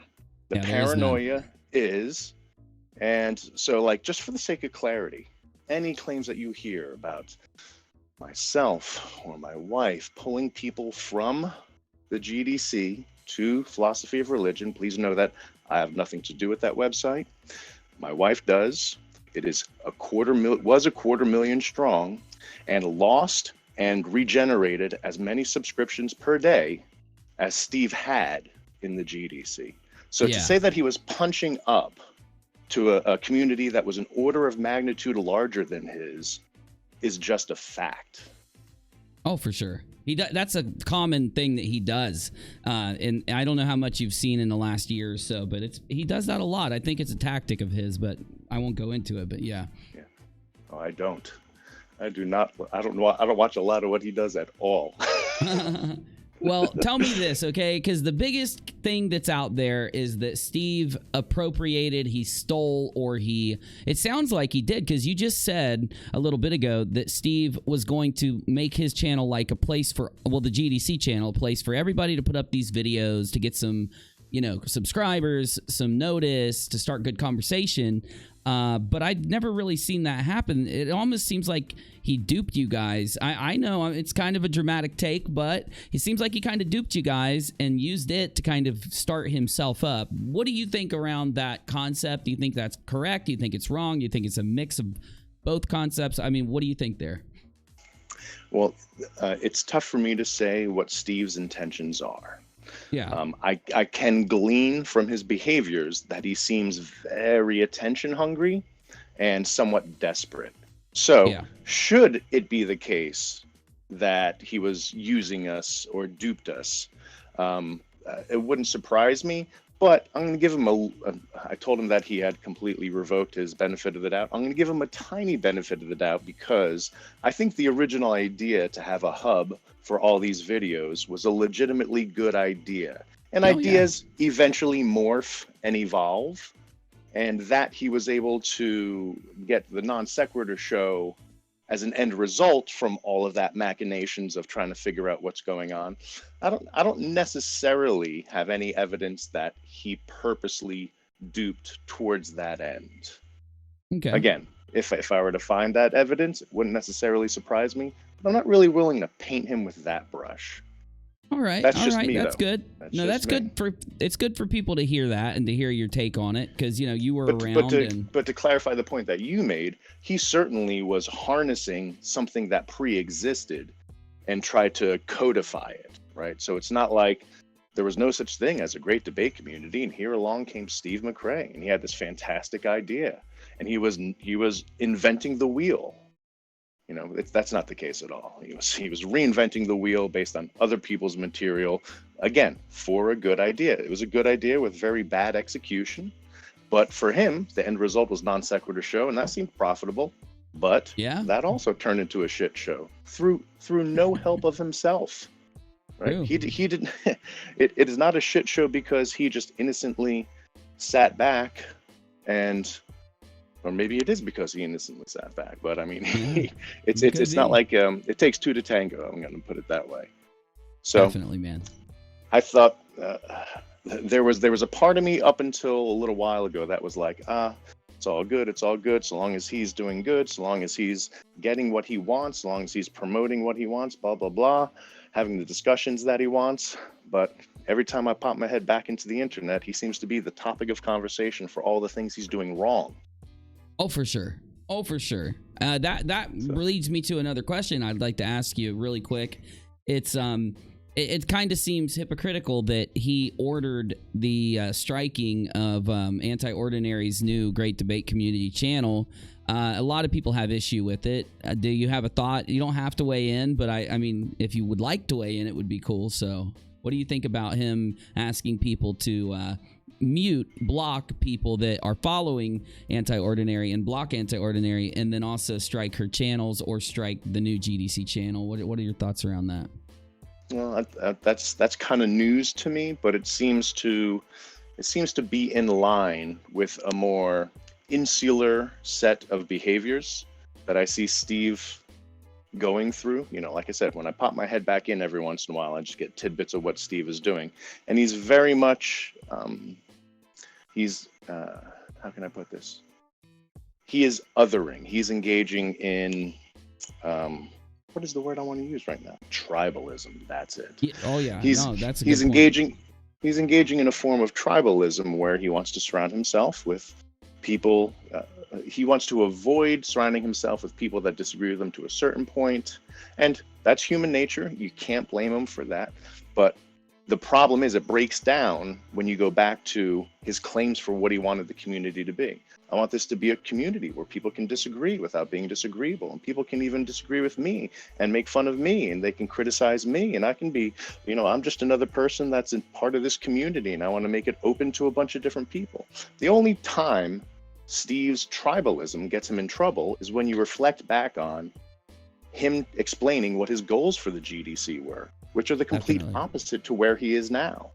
Now he's insular. Now he is having strategies for revenge, for retribution. Like, if this isn't a page out of like the redneck soap opera handbook, I don't know what is. This just seems like drama for the sake of drama.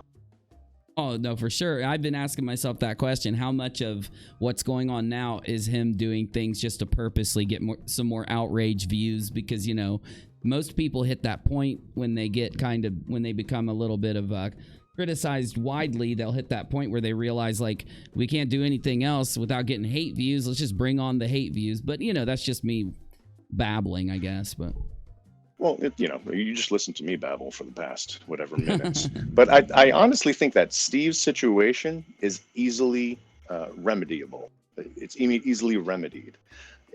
I think that the whole landscape and how people talk about Steve and how people talks with other people, everything would change if he just took a step to be genuine, admit that he has blind spots, admit what they are,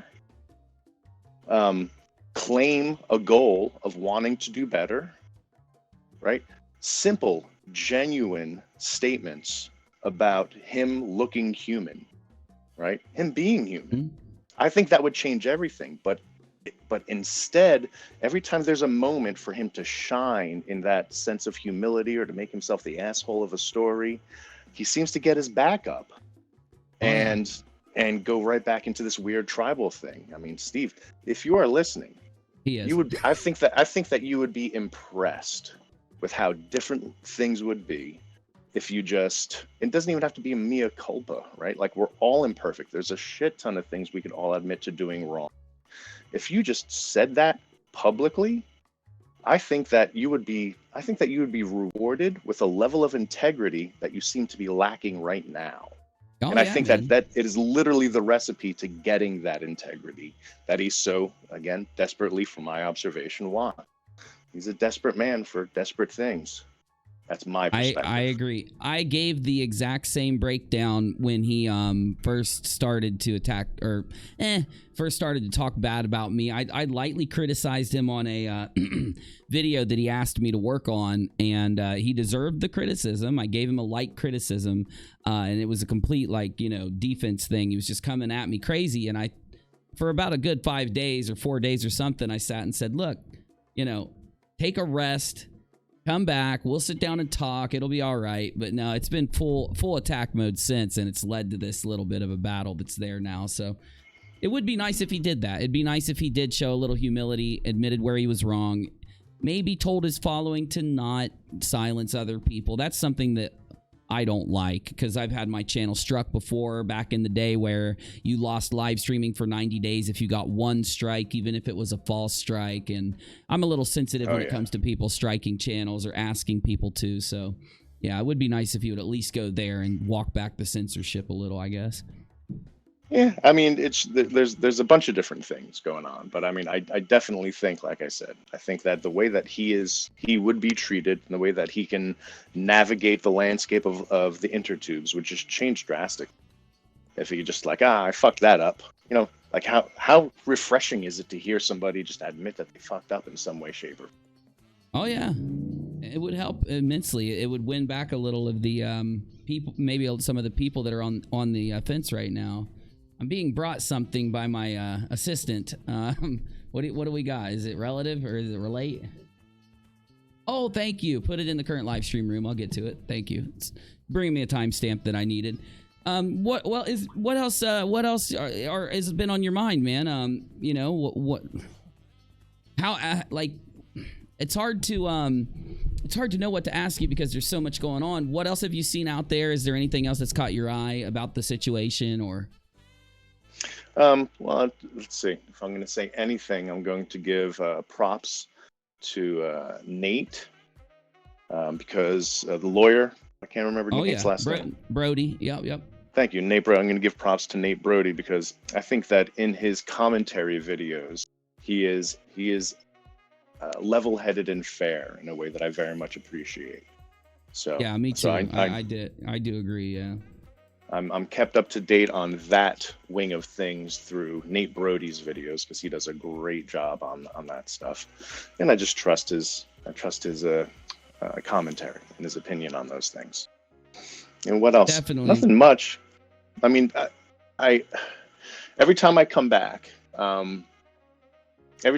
into the intertubes, I notice like, you know, things change and it makes me feel old so fast. You know what I mean? Because like, you know, like if I were to do hangs again, I would need to learn to do super chat. I would need to learn Discord. I would need to learn Streamlabs. I feel like all this weirdness.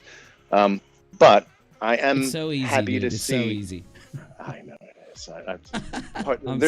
There's certainly a part of me that joneses that social communication component.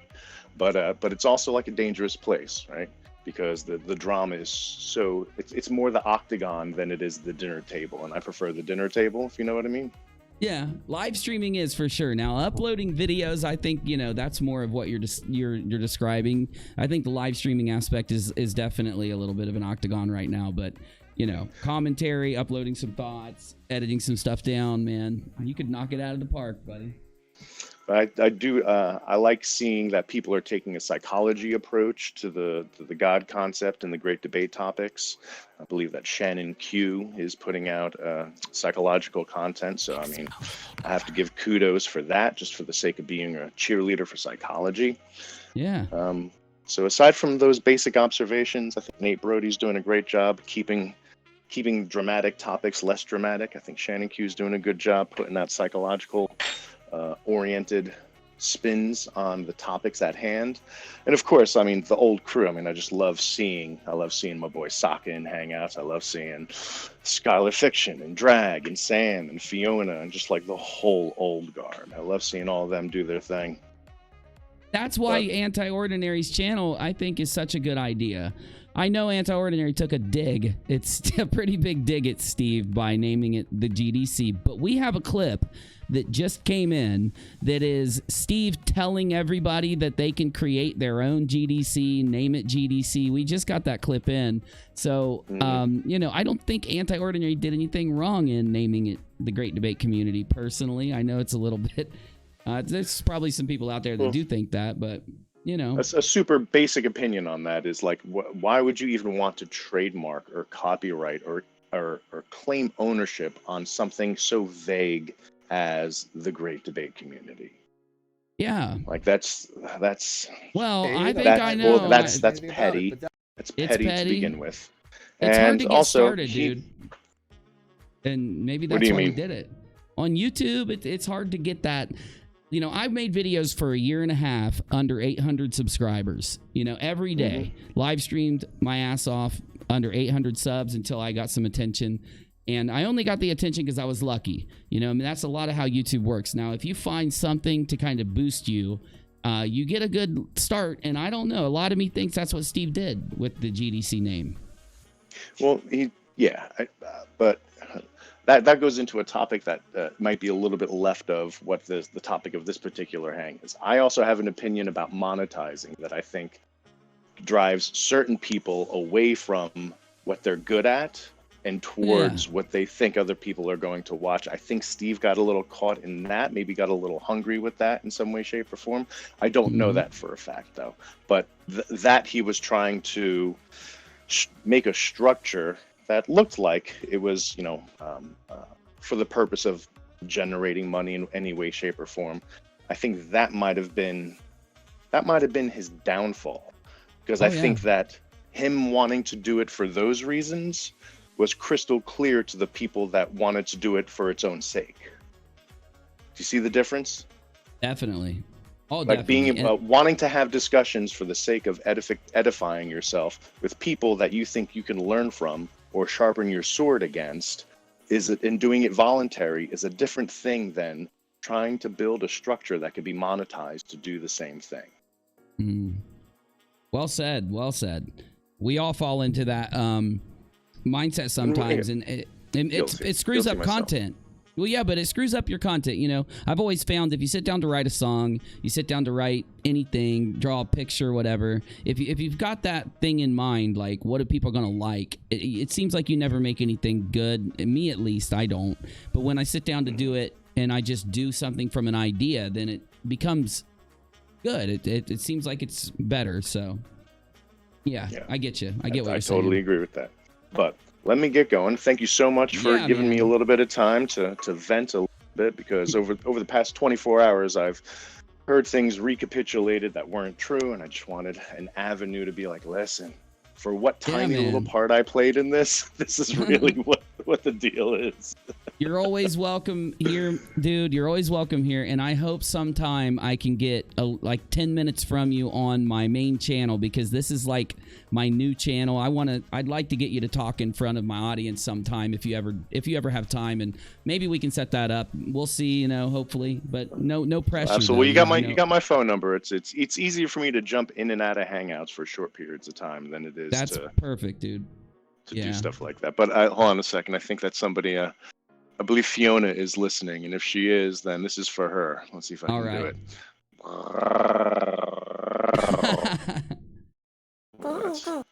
Oh, Busy, quiet down over there. Quiet down over there, Busy. Sorry, my assistant is bugging out now. Busy, go in the other room for a minute, please.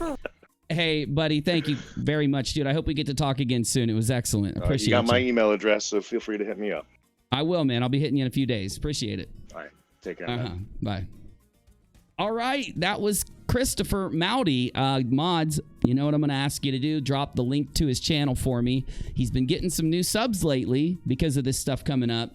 And that means that there are people that are now giving attention to what happened back then. That is, I got some thoughts. I got some thoughts for you. So let's just let me dump them out of my brainstem. And we've been streaming for a while, and it's early in the day. You ain't seen nothing yet. The real streams start tonight, as you know, over on UNIRocktv, the main channel for the live streamed content that's actually to a point. This is the RockAlot channel. It's the channel for like more open streams, you know, open conversations. So hopefully we'll be getting Christopher over on UNIRocktv soon, because I know everybody would love to hear from him there, because I've played one of his clips before a long time ago. Anyway, let me spill my brain out on you guys. That seemed gross. It was? Oh no. About what I think about the conversation, and then we'll figure out what we're doing, because I want to show you all again a clip that just came in hot off the presses of Steve. I think we're going to hear him tell us all that we can start our own GDC anytime we want.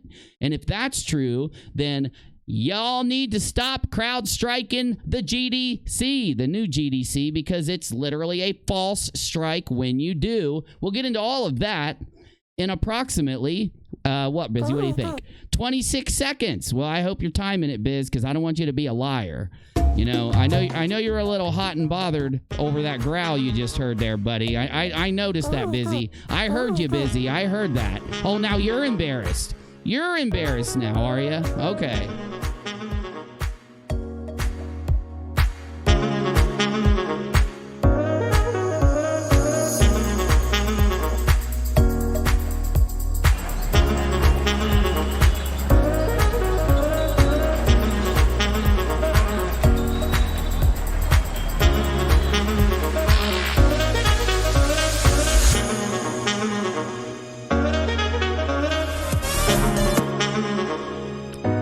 Wrong button, ding dong. Well, work on it.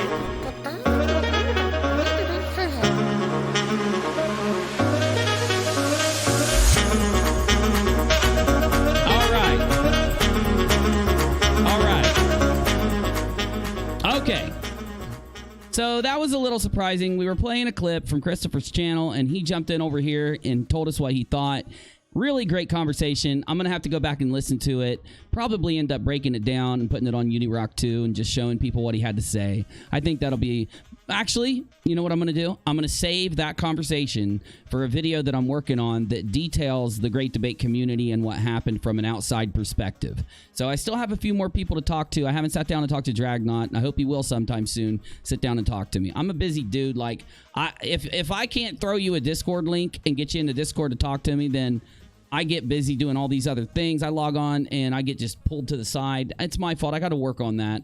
It's a little disrespectful from my part. So first off, though, we need to see what this clip is because my moderators, the rockAlot, has been pouring through clips trying to find an elusive permission given by McRae to fit the reason that we started this entire stream, because I usually don't stream at this time. I'm usually editing videos right now. And this clip will contradict this.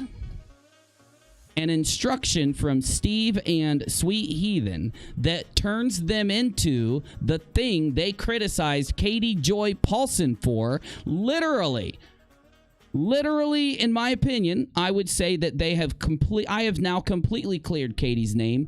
They have no right to criticize her once they become the thing that fits their own criticisms, with unapologetically even.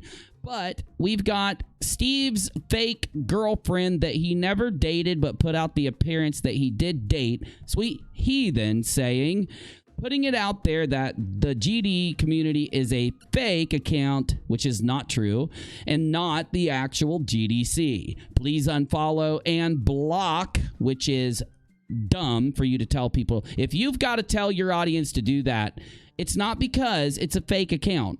It's not because it's a bad account. Because let's say it's a troll account and they're trolling Steve. Why does it matter if they see it, right?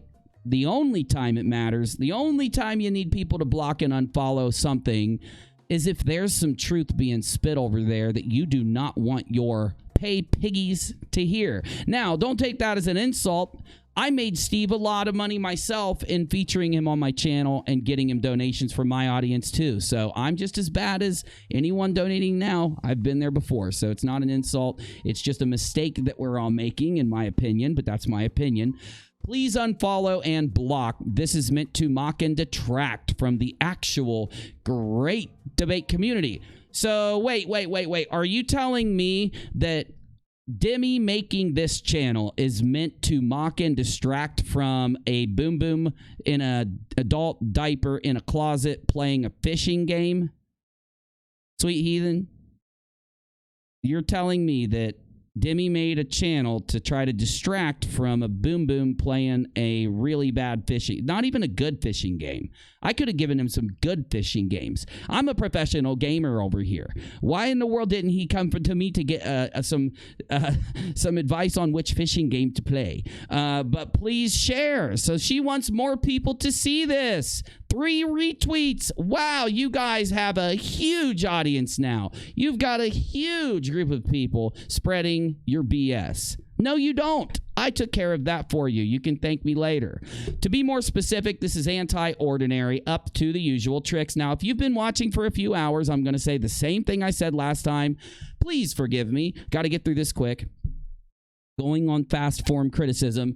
This is anti-ordinary up to her usual tricks. No, it's not, because Anti-Ordinary was just supporting Steve a few months ago. So actually, this is Anti-Ordinary doing some new tricks that are in opposition to what Anti-Ordinary was doing. If you are a supporter of her, fine, but she has been actively trolling / harassing innocent people, and this is one more offense. She will be reported, and I do encourage reporting the account for fraudulent representation. Nice mass flagging campaign, Steve and Sweet Heathen. Nice. Good job. You are now worse than not what Katie Joy is, but what you tried to make the community think Katie Joy was. Blocked. I blocked it. A skeptical viewer, somebody who needs evidence and thinks for themselves, took no evidence, took nothing from this account, and just blocked them because someone else told them to. Is it AO, Anti-Ordinary, or whoever? Yup. Just clarified that. So she's being a dick to her own followers. She's like, yeah, can't you read Mr. Bent into shape with the dumb name? That's not funny. Can't you read what I said? Is there an actual CDG Twitter? CDG? What the world? They asked for that info when you report for impersonation. Whoa, so you were reporting the account off of a tweet that is not any type. There's no evidence there. It sounds to me like you didn't even go listen to what they're doing so that you witnessed something that is, blockable happen, but whatever. How do y'all know that it's rather ordinary? I see what you did there. You know what's rather ordinary? In my opinion, it's rather ordinary to take somebody telling you to unfollow or block somebody and then just to go do it for the sake of them telling you, because you did this shit right when they told you to. You an NPC. Actually, you're an NP Steve. You're worse than an NPC. At least NPCs follow around and do things based on the groupthink. You're an NP Steve. You do whatever he tells you to do. That was a really, really good little sentence. That was a really good one, Busy. Keep writing those jokes, my dude. Stop zooming out, you ding-dong. I'll let others show that evidence because Sweet Heathen, even though making the request to block and unfollow and report, doesn't have any evidence on her, and she admits it in the same thread. If I don't hold it, but regardless, you don't have the evidence, but you're asking people to do this, you a ding-dong. But regardless, you can report citing Steve's handle at Steve McRae _. He holds that brand, and this is not him. Does he now? Does he now, Sweet Heathen? Are you lying here, or are you telling the truth? Does he hold the brand? Does he hold the brand? Okay, we'll find out in a second. It's a fake account. That is enough. That's enough for the censorship. You must censor. I tell you now. Then Chris, who obviously is a critical thinking engineer along with the rest of them, says, I don't care if there's evidence or not. I'm also an MP Steve. It's done. And then Gregorius jumps in. Done and done. I did it twice. I reported that shit twice. Also, since it's appropriating the name of the great... Oh my God, I can't believe a human being said this out loud on Twitter. Also, since it's appropriating the name of the Great Debate Community and passing itself off as a revision of the older channel, I'm taking the liberty of reporting it through YouTube as a deliberate act of impersonation. Damn. That is pretty fucked up, man. And guess who did that? Steve and his fake girlfriend, Sweet Heathen. Did you know this Sweet Heathen announced that she wasn't ever Steve's girlfriend? Weird, right? Well, let's hear this clip that was just turned in by you and see what it says. It's not something copyrighted term. It's not some coined term. People can use the Great Debate Community. Go ahead, knock yourself out. People can use the Great Debate Community. Go ahead, knock yourselves out. What? Oh, hold on, y'all. I'm sorry.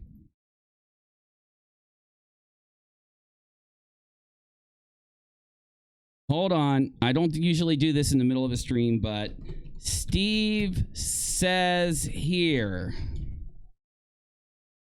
people can use the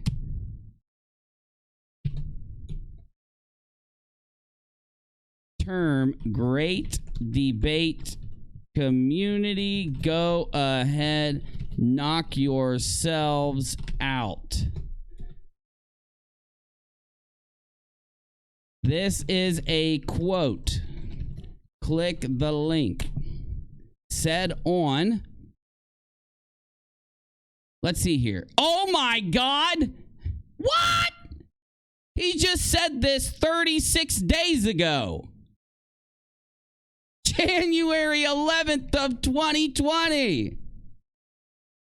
Go retweet this. Go heart this. Go heart and retweet what I just put out. Hey, what happened to your like-dislike ratio, Mr. Transparency? What happened to your like-dislike ratio there, Transparency Engineer? What happened to your like-dislike ratio there, dislike/like turns off engineer?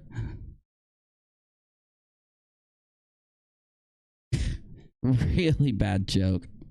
I'm trying. Shut up, Busy. I'm trying. But that the problem is the term. He's never mentioned anything about it. But that, I mean, he didn't. It's not something copyrighted term. It's not some.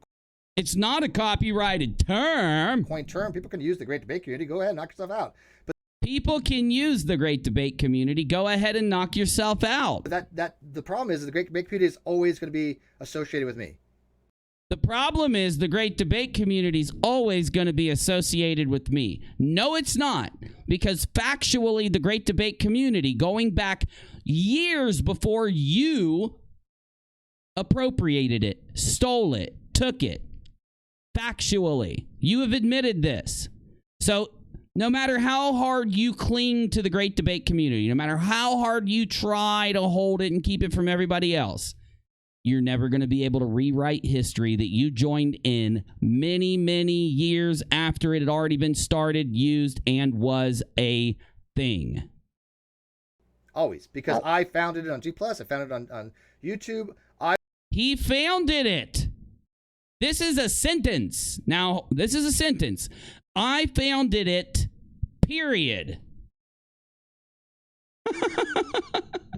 I got to stop the jokes. I founded it on G+. I founded it on... Didn't he say he founded it, period, then said he founded it on these other things? So I can factually say that he said he founded it, right? I mean, he didn't. It's not something copyrighted term. It's not some coined term. People can use the Great Debate Community. Go ahead, knock yourself out. But that the problem is the Great Debate Community is always going to be associated with me. Always. Because I founded it on G+. I founded it on YouTube. I'm the one that built it up. And as soon as it started getting popular, people wanted to bite out of that. As soon as it started getting popular, people wanted a bite out of that. You're a liar. You are busted, motherfucker. This is exactly what you did when you took the Great Debate Community from people like Christopher and people like Drag, people like Fiona, from all the people that were there for a very long time before you. This is what you did. And for you to sit here and rewrite history like this, for you to sit here on January 11 of 2020 on your own channel, turning off your up and down votes like this, it's disgusting. It is disgusting. You're a liar. Kyle is reaching out to UNIRock. Yepperoonie. Oh, they can't see my comments. He blocks me. He already blocked me a long time ago. Let's see if there's what are you telling me nobody said anything on this hangout? Nobody said a thing. You're telling me out of 4,000 views, it got, well, hold on. It's saying that there's 28 comments because that's because of the replies. So we won't go with the replies here, but let's just say there's 12 or 13 comments out of 4,000 views.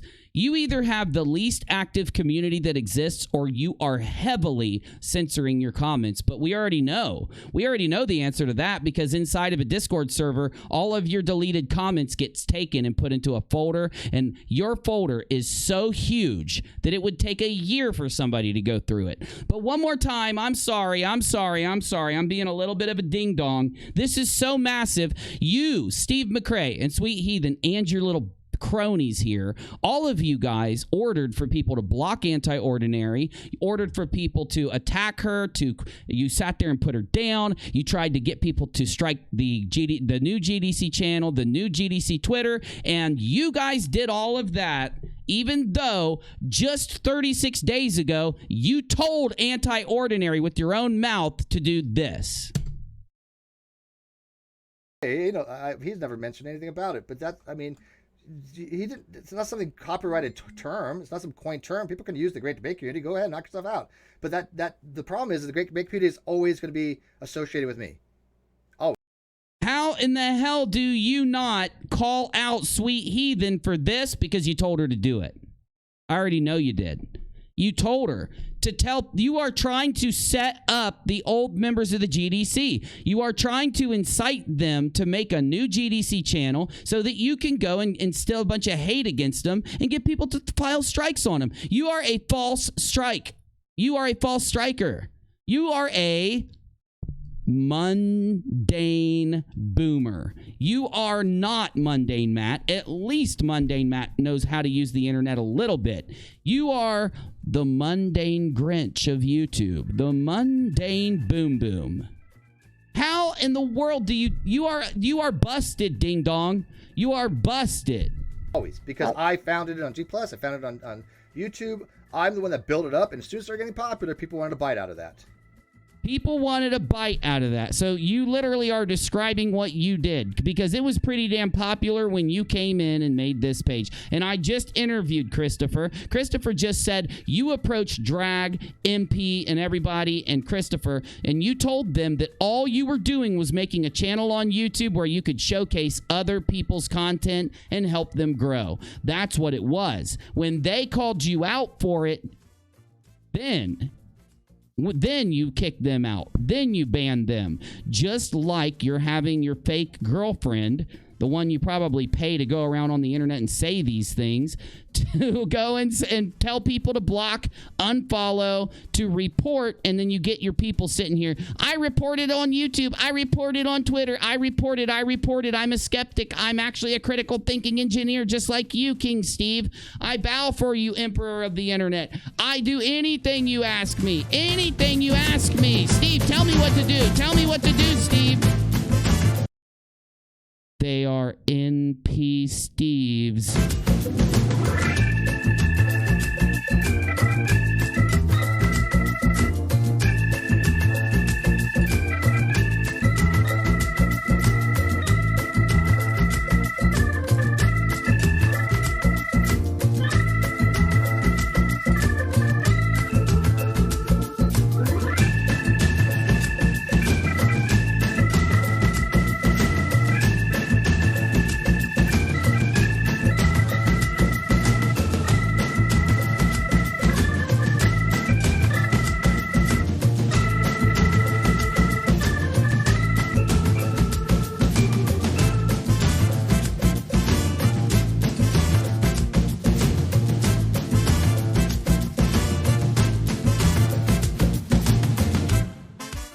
And I'm sorry, She-Wolf, thank you for the donation where you said expose me, boomer, but you also said this might be a long one. Send Rach out for some Red Bulls. Thank you, She-Wolf. We definitely will. I will have one for tonight when we go to UNIRock 2 and show the whole community what this ding-dong did. Are you finding things out on the internet, out on Twitter, out there where are you finding things where they are telling people to mass report, to mass flag, to attack other channels? Make sure you clip it, make sure you screenshot it, make sure you get that, put it up on Twitter, tag relevant people, send it to YouTubers. We are going to expose the behavior of Steve McRae and the rest of them to the entire internet so that people that do these things do not have that power in the future. There's a reason why they block. There's a reason why they block like this. There's a reason why they CrowdStrike. They want to squash the criticism because that criticism exposes them as something that would cause their donators and that would cause their supporters to back away from them. This is the worst thing you can do on YouTube.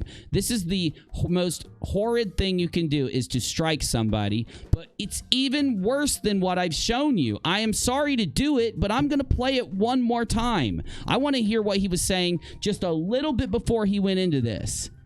He went into this at, I'm not sure of the timestamp, but I'm going to play a tiny bit before he says this and a little bit into more of what he says. He is literally talking about the GDC. Let me grab the link because here, let me close some of these windows. Maybe that'll help. He is talking about how if you want to create the GDC, go ahead.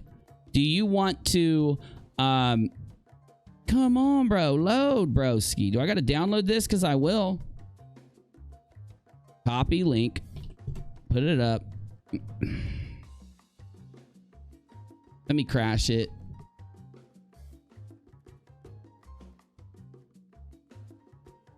All right. Now let's try her again.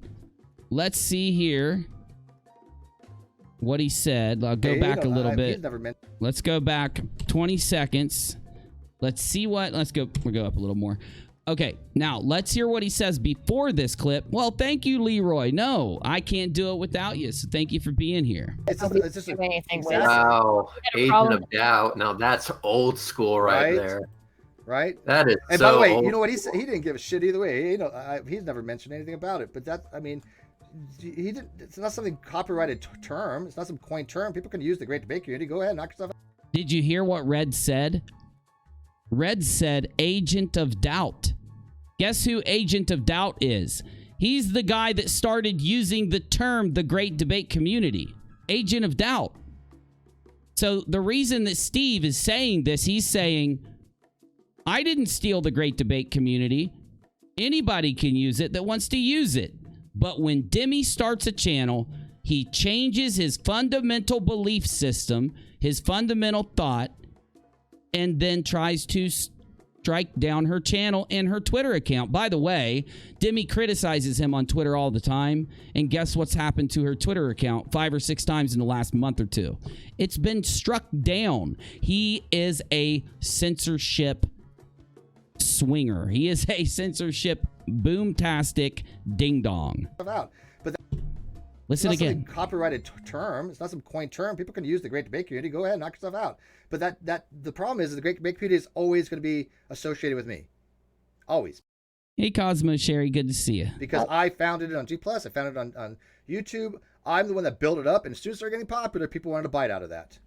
Vegeta's a woman. You founded it.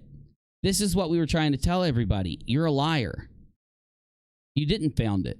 You didn't. Factually, how did you found something that there was a shit ton of people part of the same the community you admittedly by your own mouth entered? I've played you describing it here.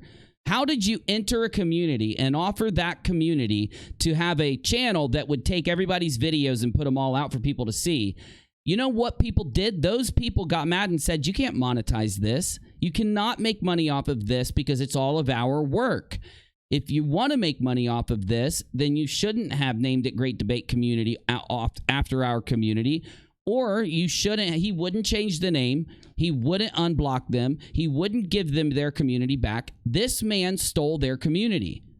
And we know that because he admitted to Christopher in the clip I played for you earlier that he went into that community and offered them a channel that would aggregate all of their videos. Take all their work and put it on one channel named after their community. He didn't found the community. He joined the community 5, 6, 7 years later. After it had already been since 2008, it was on the internet. 9, 10, 11, 12.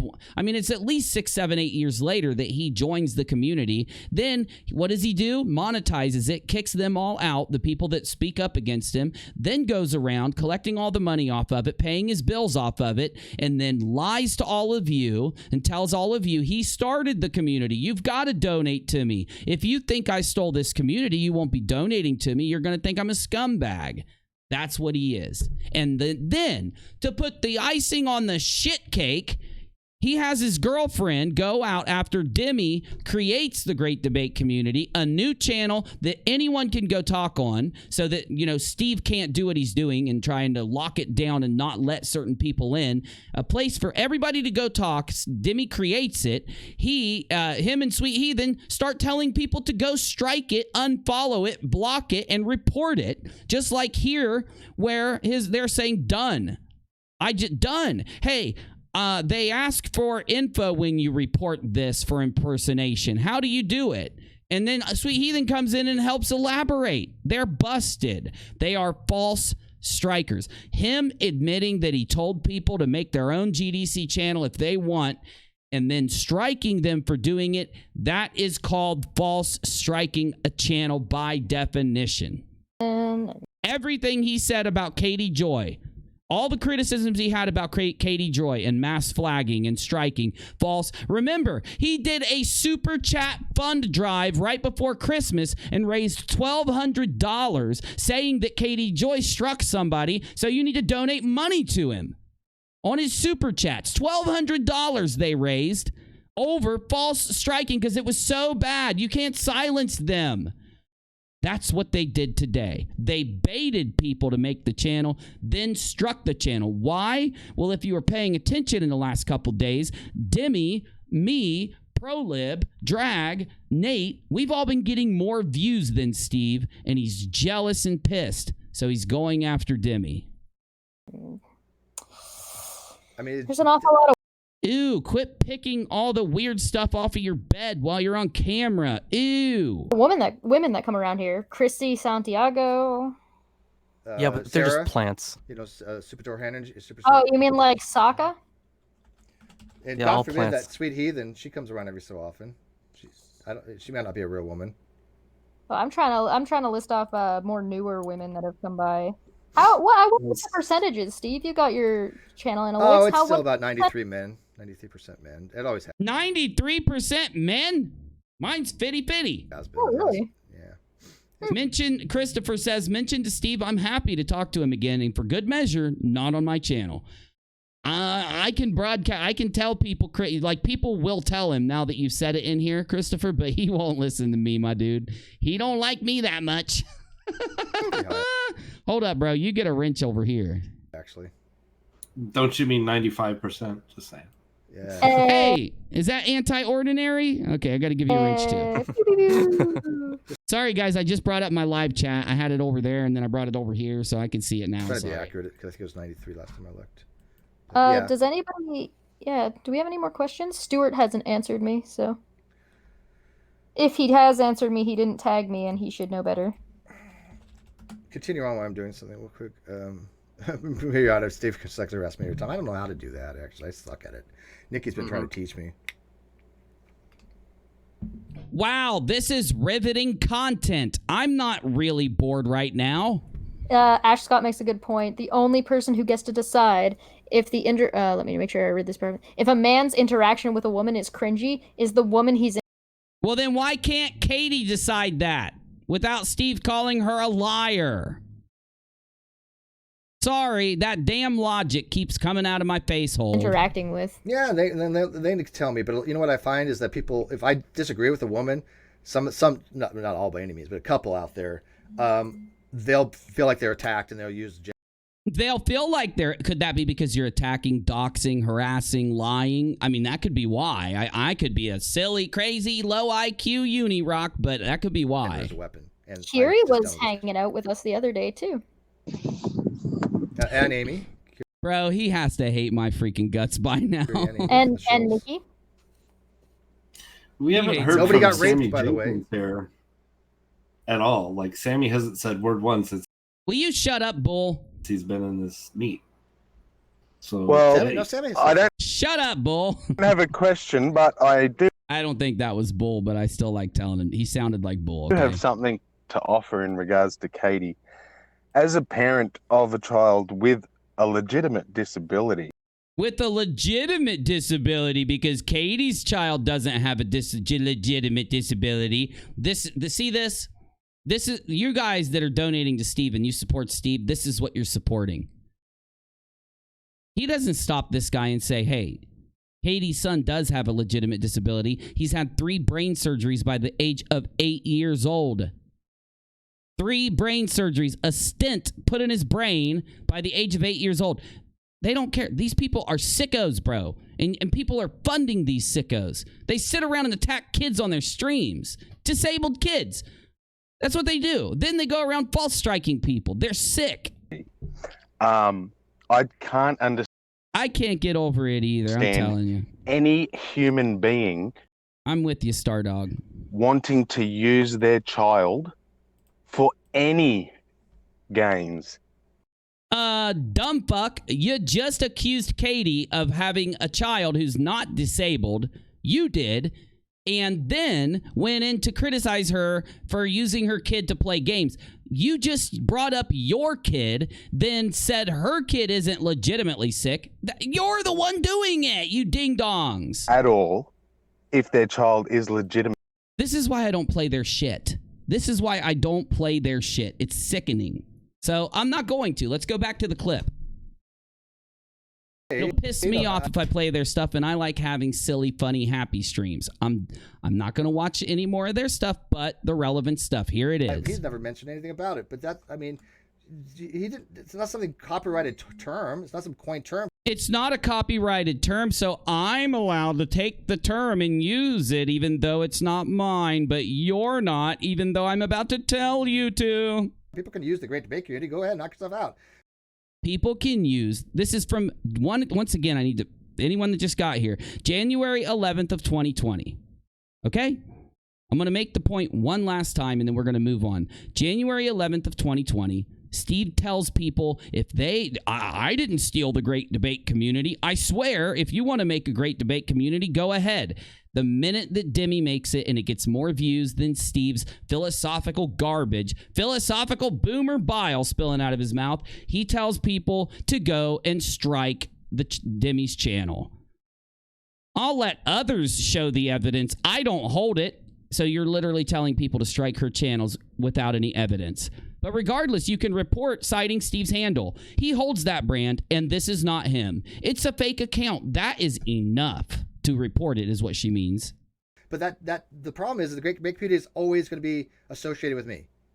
Always. Because I founded it on G+, I founded it on YouTube. I'm the one that built it up, and as soon as it started getting popular, people wanted to bite out of that. Vegeta's a woman. I mean, there's an awful lot of women that come around here. Chrissy Santiago. Notice how Cheshire tries to change the subject here. Remind you of any other clip I've shown you recently where Cheshire tries to change the subject because she realizes something that Steve said was supremely dumb. Yeah, but they're Sarah, just plants. You know, Super Energy. Oh, you mean like Sokka? You know, he's never mentioned anything about it, but that, I mean, he didn't. It's not something copyrighted term. It's not some coined term. People can use the Great Debate Community. Go ahead. So, Demi, I hope you will take this link that I'm about to share here and that I put on my Twitter, Anti-Ordinary, and make a video calling him out. Not only that, I hope the rest of the YouTube community finally gets off their asses and starts calling Steve out for this. For God's sakes, I'm going to UNIRock 2 tonight for an epic live stream where I'm going to call Steve out for being the next Mundane Matt. Some of you may not know who Mundane Matt is. Let me tell you very quickly, and then let's figure out if we're going to go offline or stream for a little bit longer before we end this very rare daytime live stream. I usually make my edited content right now, so let me figure this out and get out of here. But before we do, let me explain something.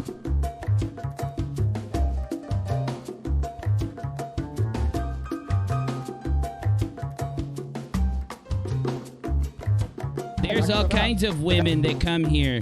There's woman number 1. There's woman number 2.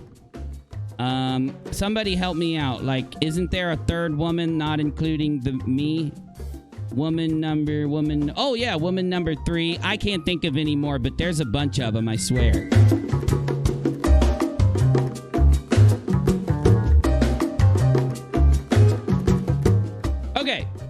So Mundane Matt. Mundane Matt.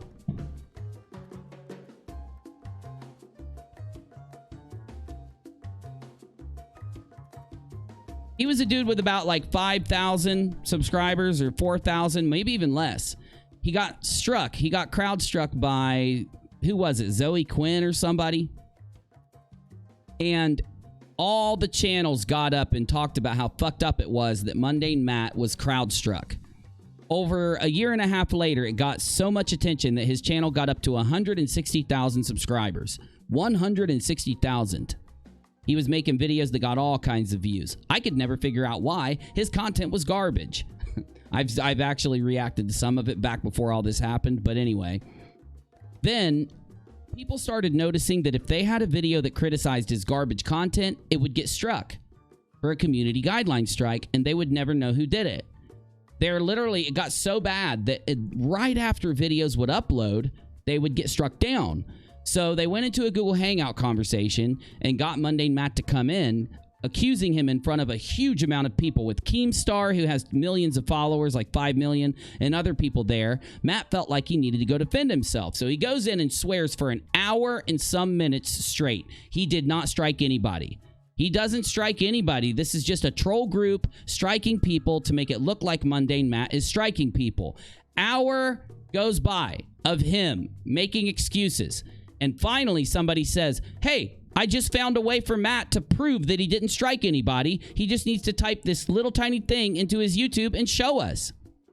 They get him, they trick him into showing his screen and showing his dashboard, his reporting dashboard. He has filed strikes and strikes and strikes and strikes and strikes. Huge event on YouTube. I've got a video detailing it. If you want to go watch it, it breaks the whole thing down with all the clips. One of the most iconic things that happened that year on YouTube. It really was.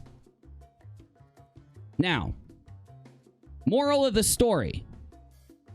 He gained his following from being very pro-free speech, anti-strike. He'd always do videos about that. He'd always put people down for striking other people's channels. Then he got busted being the worst one out of the whole internet doing it. Steve McRae is a Mundane Matt. He, though, is a Mundane Grinch, okay? Because he tried to steal Christmas, blaming katiejoy Paulson for striking a channel, remember? And he asked me to make a video about it. I discovered that the video that was claimed to be struck by Katie never got struck. I put out hard evidence with data from several different websites proving what I was saying, and then Leslie released an email that proved she had a strike till we noticed that there were spelling errors and that it was formatted incorrectly. So it didn't come from YouTube, it was fake. He took in $1,200 from the debunking community doing a stream. Donate to us because the mean, big, bad 60,000 subscriber katiejoy Paulson false struck Leslie. You got to help Leslie for Christmas because she was false struck. She's not going to make money on Christmas, so you need to donate. Turns out she got struck because she played copywritten content on her show while live, a TV show from MTV, 5 different times. That's why she couldn't live stream. They knew this and blamed it on Katie. I showed hard evidence of all of this in my video, Versus Mode Episode 2 on UNIRock 2 from December 12th or December 13th. Versus Mode Part 2. My point is, he cried and cried and whined and lied and lied and lied to frame Katie to crowd strike somebody, knowing that it would get attention, because every YouTuber stands up when somebody gets false struck and talks about it. I demanded the evidence. Now, a little boy passed away literally after I demanded the evidence, so I was fine waiting a week to get the evidence after the funeral. That's when I realized they were lying, when she put the fake evidence out. My point is, in this clip, he states that you can go create your own Great Debate Community because he blah, blah, blah, blah, blah, and tells people to create their own Great Debate Community. You can't get struck for it. No one can copyright the Great Debate Community. He says this with his mouth on January 11th of 2020, just about, 30 some odd days ago, 36 some odd days ago, 30 9 odd days ago, whatever the hell it is. I don't know. He says this. Hey, you know, he's never mentioned anything about it, but that, I mean, he didn't. It's not something copyrighted term. It's not some quaint. Not a copyrighted term. You can use the Great Debate Community. Go ahead, knock. Anyone can use the Great Debate Community. Go ahead, knock yourself out. But the problem is the Great Debate Community is always going to be associated with me. No, it's not. Not after this, ding dong. When he said that a month and a half ago, Demi created a new Great Debate Community, and it gets more views than Steve, so him and Sweet Heathen have been reporting Demi's content, channel, and Great Debate Community Twitter and YouTube. The evidence is on Twitter. We've backed it all up so that you can't say it's fake or anything, and Steve McRae is now busted. Red freaking handed. Worse than lying, false striking, lying to set someone up for a false strike, because this is the guy he is. This is why I criticize him. It's why other people have started criticizing him. And if he's going to keep lying, if he's going to keep filing false strikes, more and more YouTubers are going to stand up, call him out for it, and he's going to keep turning into the lol cow that he's become. In my mind, he is irredeemable. Mundane Matt is irredeemable. Steve McRae is irredeemable because he just got busted live doxing somebody. He was supporting another guy doxing another big YouTuber. This has all happened in the last month. Do I need to go on? I don't think I need to go on, right? So I decided there's only one way to help Demi out. There is only one way to stop the few people that Steve has left that are like his sycophants, his NP Steves. There's only one way to help Demi from the onslaught of these ding-dongs. It's for us to criticize the threads where they order the reporting, the mass flagging, and to go out on YouTube and Twitter and tell people that he's done this, share the clips, talk about this, get it known, because if his audience finds out that he gave permission for this and then set Demi up for the strikes, they're not going to file the strikes. They are going to stop. It was time sensitive in me getting live and telling you this, but it doesn't help unless we all, under the terms of service, without bullying, without becoming the bad guys, go out and share the truth that Steve McRae set Demi up to try to start another controversy, start another drama, to get her flagged because he's a liar, a manipulator, a narcissist, and a boomer Grinch level ding dong. We need your help. We need you to do it. Go see my Twitter where I've shared this link. I will have my moderators clip this link down to the 10-20 second relevant clip. The link to the full video is on my Twitter. That way you can share the relevant clip to people out there. We need you to make Twitter videos. We need you to tweet. We need you to go and criticize and tag them. We need you to step up so that people stop doing this type of false striking and bullshit. Show Steve that he doesn't get to lie about this stuff. He doesn't get to do these things. He doesn't get to have his minions, his fake girlfriend, demand people to strike. You know Steve's telling people the same thing, and you know Steve is directing people to her Twitter so that people can see this stuff. Get out there and stop him using criticism, using logic. Be kind while doing it. Laugh at him, make it comedic, meme him out, make it funny, because then it's not against any rules and it's the right damn thing to do. I'm UNIRock. I'll be on UNIRock 2 tonight to blast the airwaves with this story and many more. If you like my live show, it is streamlabs.com/UNIRock live to help support us. It would help immensely for tonight's shows if you do donate. You don't have to, not required. Stream in either way. Or you can do www.paypal.me/UNIRock. Or if you don't like using PayPal, patreon.com/UNIRock. Make sure you hit the like and subscribe button. Downvote me if you don't like me. And I will see you tonight on UNIRock 2. And then I'll be right back over here on the rockAlot channel for the after show. Don't let these boom booms do this to people that are legitly criticizing and legitly putting out their opinion against the Supreme Overlord Commanders. Right, exactly, my dude Leroy, exactly. Against the censorship commanders of the internet. You can strip them of their power with your memes. with your voice. As long as you're not bullying, and as long as you're being funny, silly, happy, while calling them out at the same time, they will lose their power. And Steve McRae will be resigned to forever be the lol cow that I have dubbed him long ago. Busy! I'm going crazy! I'm going crazy, Busy! I'll see you tonight. Get back here on UNIRock 2. Thank you to Christopher Mowdy. Howdy, Mowdy. Subscribe to Christopher Mowdy. Support those that stand against this bullshit. Audi 5000G. Peace. Hit it. Where is your God now?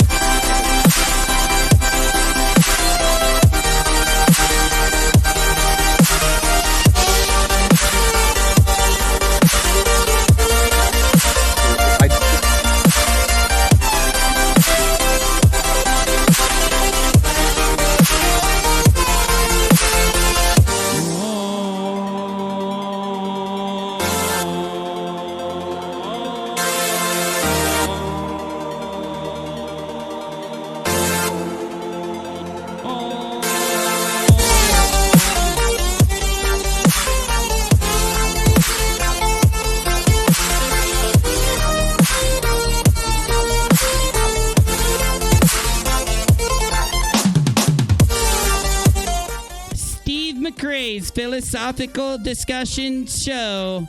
We're not sycophants. We are not MP Steves. We're just doing the Steve dance to the giant Steve statue.